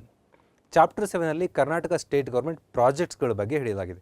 ಮಾಹಿತಿ ಸಿಂಧು, ICT ಪ್ರಾಜೆಕ್ಟ್ಸು, CALC ಕಾಲ್ಕ್ ಸ್ಕೂಲ್ಸ್ಗಳು, STF ಆ್ಯಂಡ್ ಟಾಲ್ಪ್ ಅಂತ. ಈ ಪದಗಳೇ ಏನಂತ ಗೊತ್ತಿಲ್ಲದಿದ್ದರೆ ಕಷ್ಟ ಆಗುತ್ತೆ. ಈಗ ಒಂದೊಂದು ಬೈ ಒಂದು ಡಿಸ್ಕಸ್ ಮಾಡ್ತಾ ಬರೋಣ. ಮಾಹಿತಿ ಸಿಂಧು ಅನ್ನೋದು ಪ್ರಾಜೆಕ್ಟು 2000 ಕಾಲದಲ್ಲೇ ಇತ್ತಿದ್ದು. ತುಂಬ ಒಂದು 20 ವರ್ಷದ ಹಿಂದಿಂದ ಇದ್ದಂಥ ಒಂದು ಕಂಪ್ಯೂಟರ್ನ ಕಲಿಸುವ ಯೋಜನೆ. ರಾಜ್ಯದ 1718 ಸರ್ಕಾರಿ ಮಾಧ್ಯಮಿಕ ಶಾಲೆಗಳು, ಮೀನ್ಸ್ 8, 9, 10ನೇ ತರಗತಿ ಹೈಸ್ಕೂಲಲ್ಲಿ ಕಂಪ್ಯೂಟರ್ ಶಿಕ್ಷಣ ಮತ್ತು ಕಂಪ್ಯೂಟರ್ ಸಹಾಯದ ಶಿಕ್ಷಣವನ್ನು ಮಕ್ಕಳಿಗೆ ಕಲಿಸ್ಬೇಕು ಅನ್ನೋದು, ಫ್ರೀಯಾಗಿ ಕಲಿಸ್ಬೇಕು ಅನ್ನೋದು ಒಂದು ಯೋಜನೆ. ಒಂದು ರೂಮನ್ನು ಒಂದು ಕಂಪ್ಯೂಟರ್ ಕ್ಲಾಸ್ ಅಂತಲೇ ಮಾಡಿಕೊಂಡು ಅಲ್ಲಿ ಮಲ್ಟಿಪಲ್ ಕಂಪ್ಯೂಟರ್ ಸಿಸ್ಟಮ್ಗಳನ್ನ ಇಟ್ಕೊಂಡು A to Z ಅಲ್ಲಿ ತರಬೇತಿ ಕೊಡುವಂಥ ಕೆಲಸ ಆಗ್ತಾಯಿತ್ತು. ಬಟ್ ಇವತ್ತು Mahiti Sindhu program I think ನಡೀತಾ ಇಲ್ಲ. ಅದು ಒಂದು ಪ್ರಾಜೆಕ್ಟ್ ಇಷ್ಟು ವರ್ಷ ಅಂತ ಇರುತ್ತೆ, ಅದು ಮುಗಿದಿರುತ್ತೆ.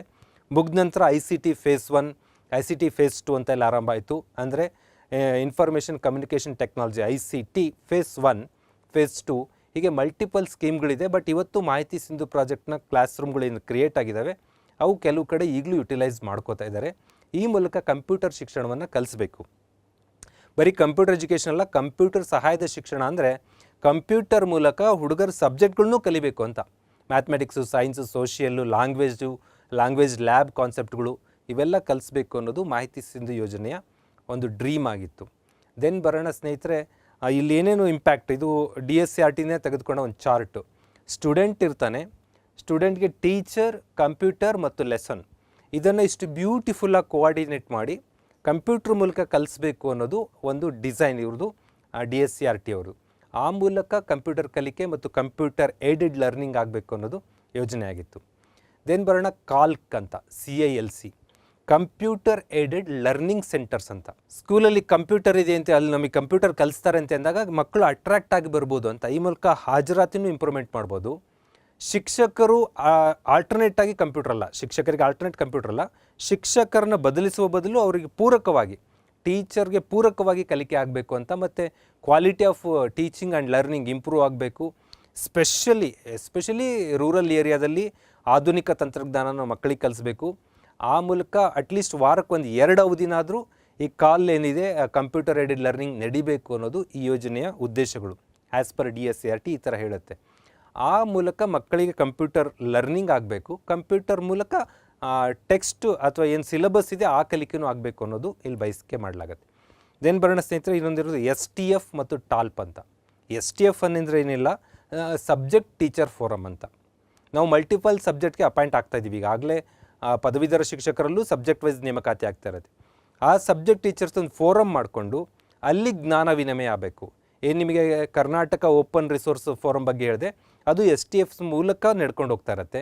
ಆ್ಯಂಡ್ ಟಾಲ್ಪ್ ಅಂತ ಅಂದರೆ ಟೆಕ್ನಾಲಜಿ ಅಸಿಸ್ಟೆಡ್ ಲರ್ನಿಂಗ್ ಪ್ರೋಗ್ರಾಮ್ ಅಂತ ಕರಿತೀವಿ. 2016 ಆ್ಯಂಡ್ 17 ಇದು ಆರಂಭವಾಗಿದೆ. ಮುಂದಿನ 5 ವರ್ಷದಲ್ಲಿ ಎಲ್ಲ ಪ್ರಾಥಮಿಕ, ಮಾಧ್ಯಮಿಕ, ಪದವಿ ಪೂರ್ವ ಕಾಲೇಜುಗಳನ್ನು ಇನ್ಕ್ಲೂಡ್ ಮಾಡ್ಕೋಬೇಕು ಇದರಲ್ಲಿ.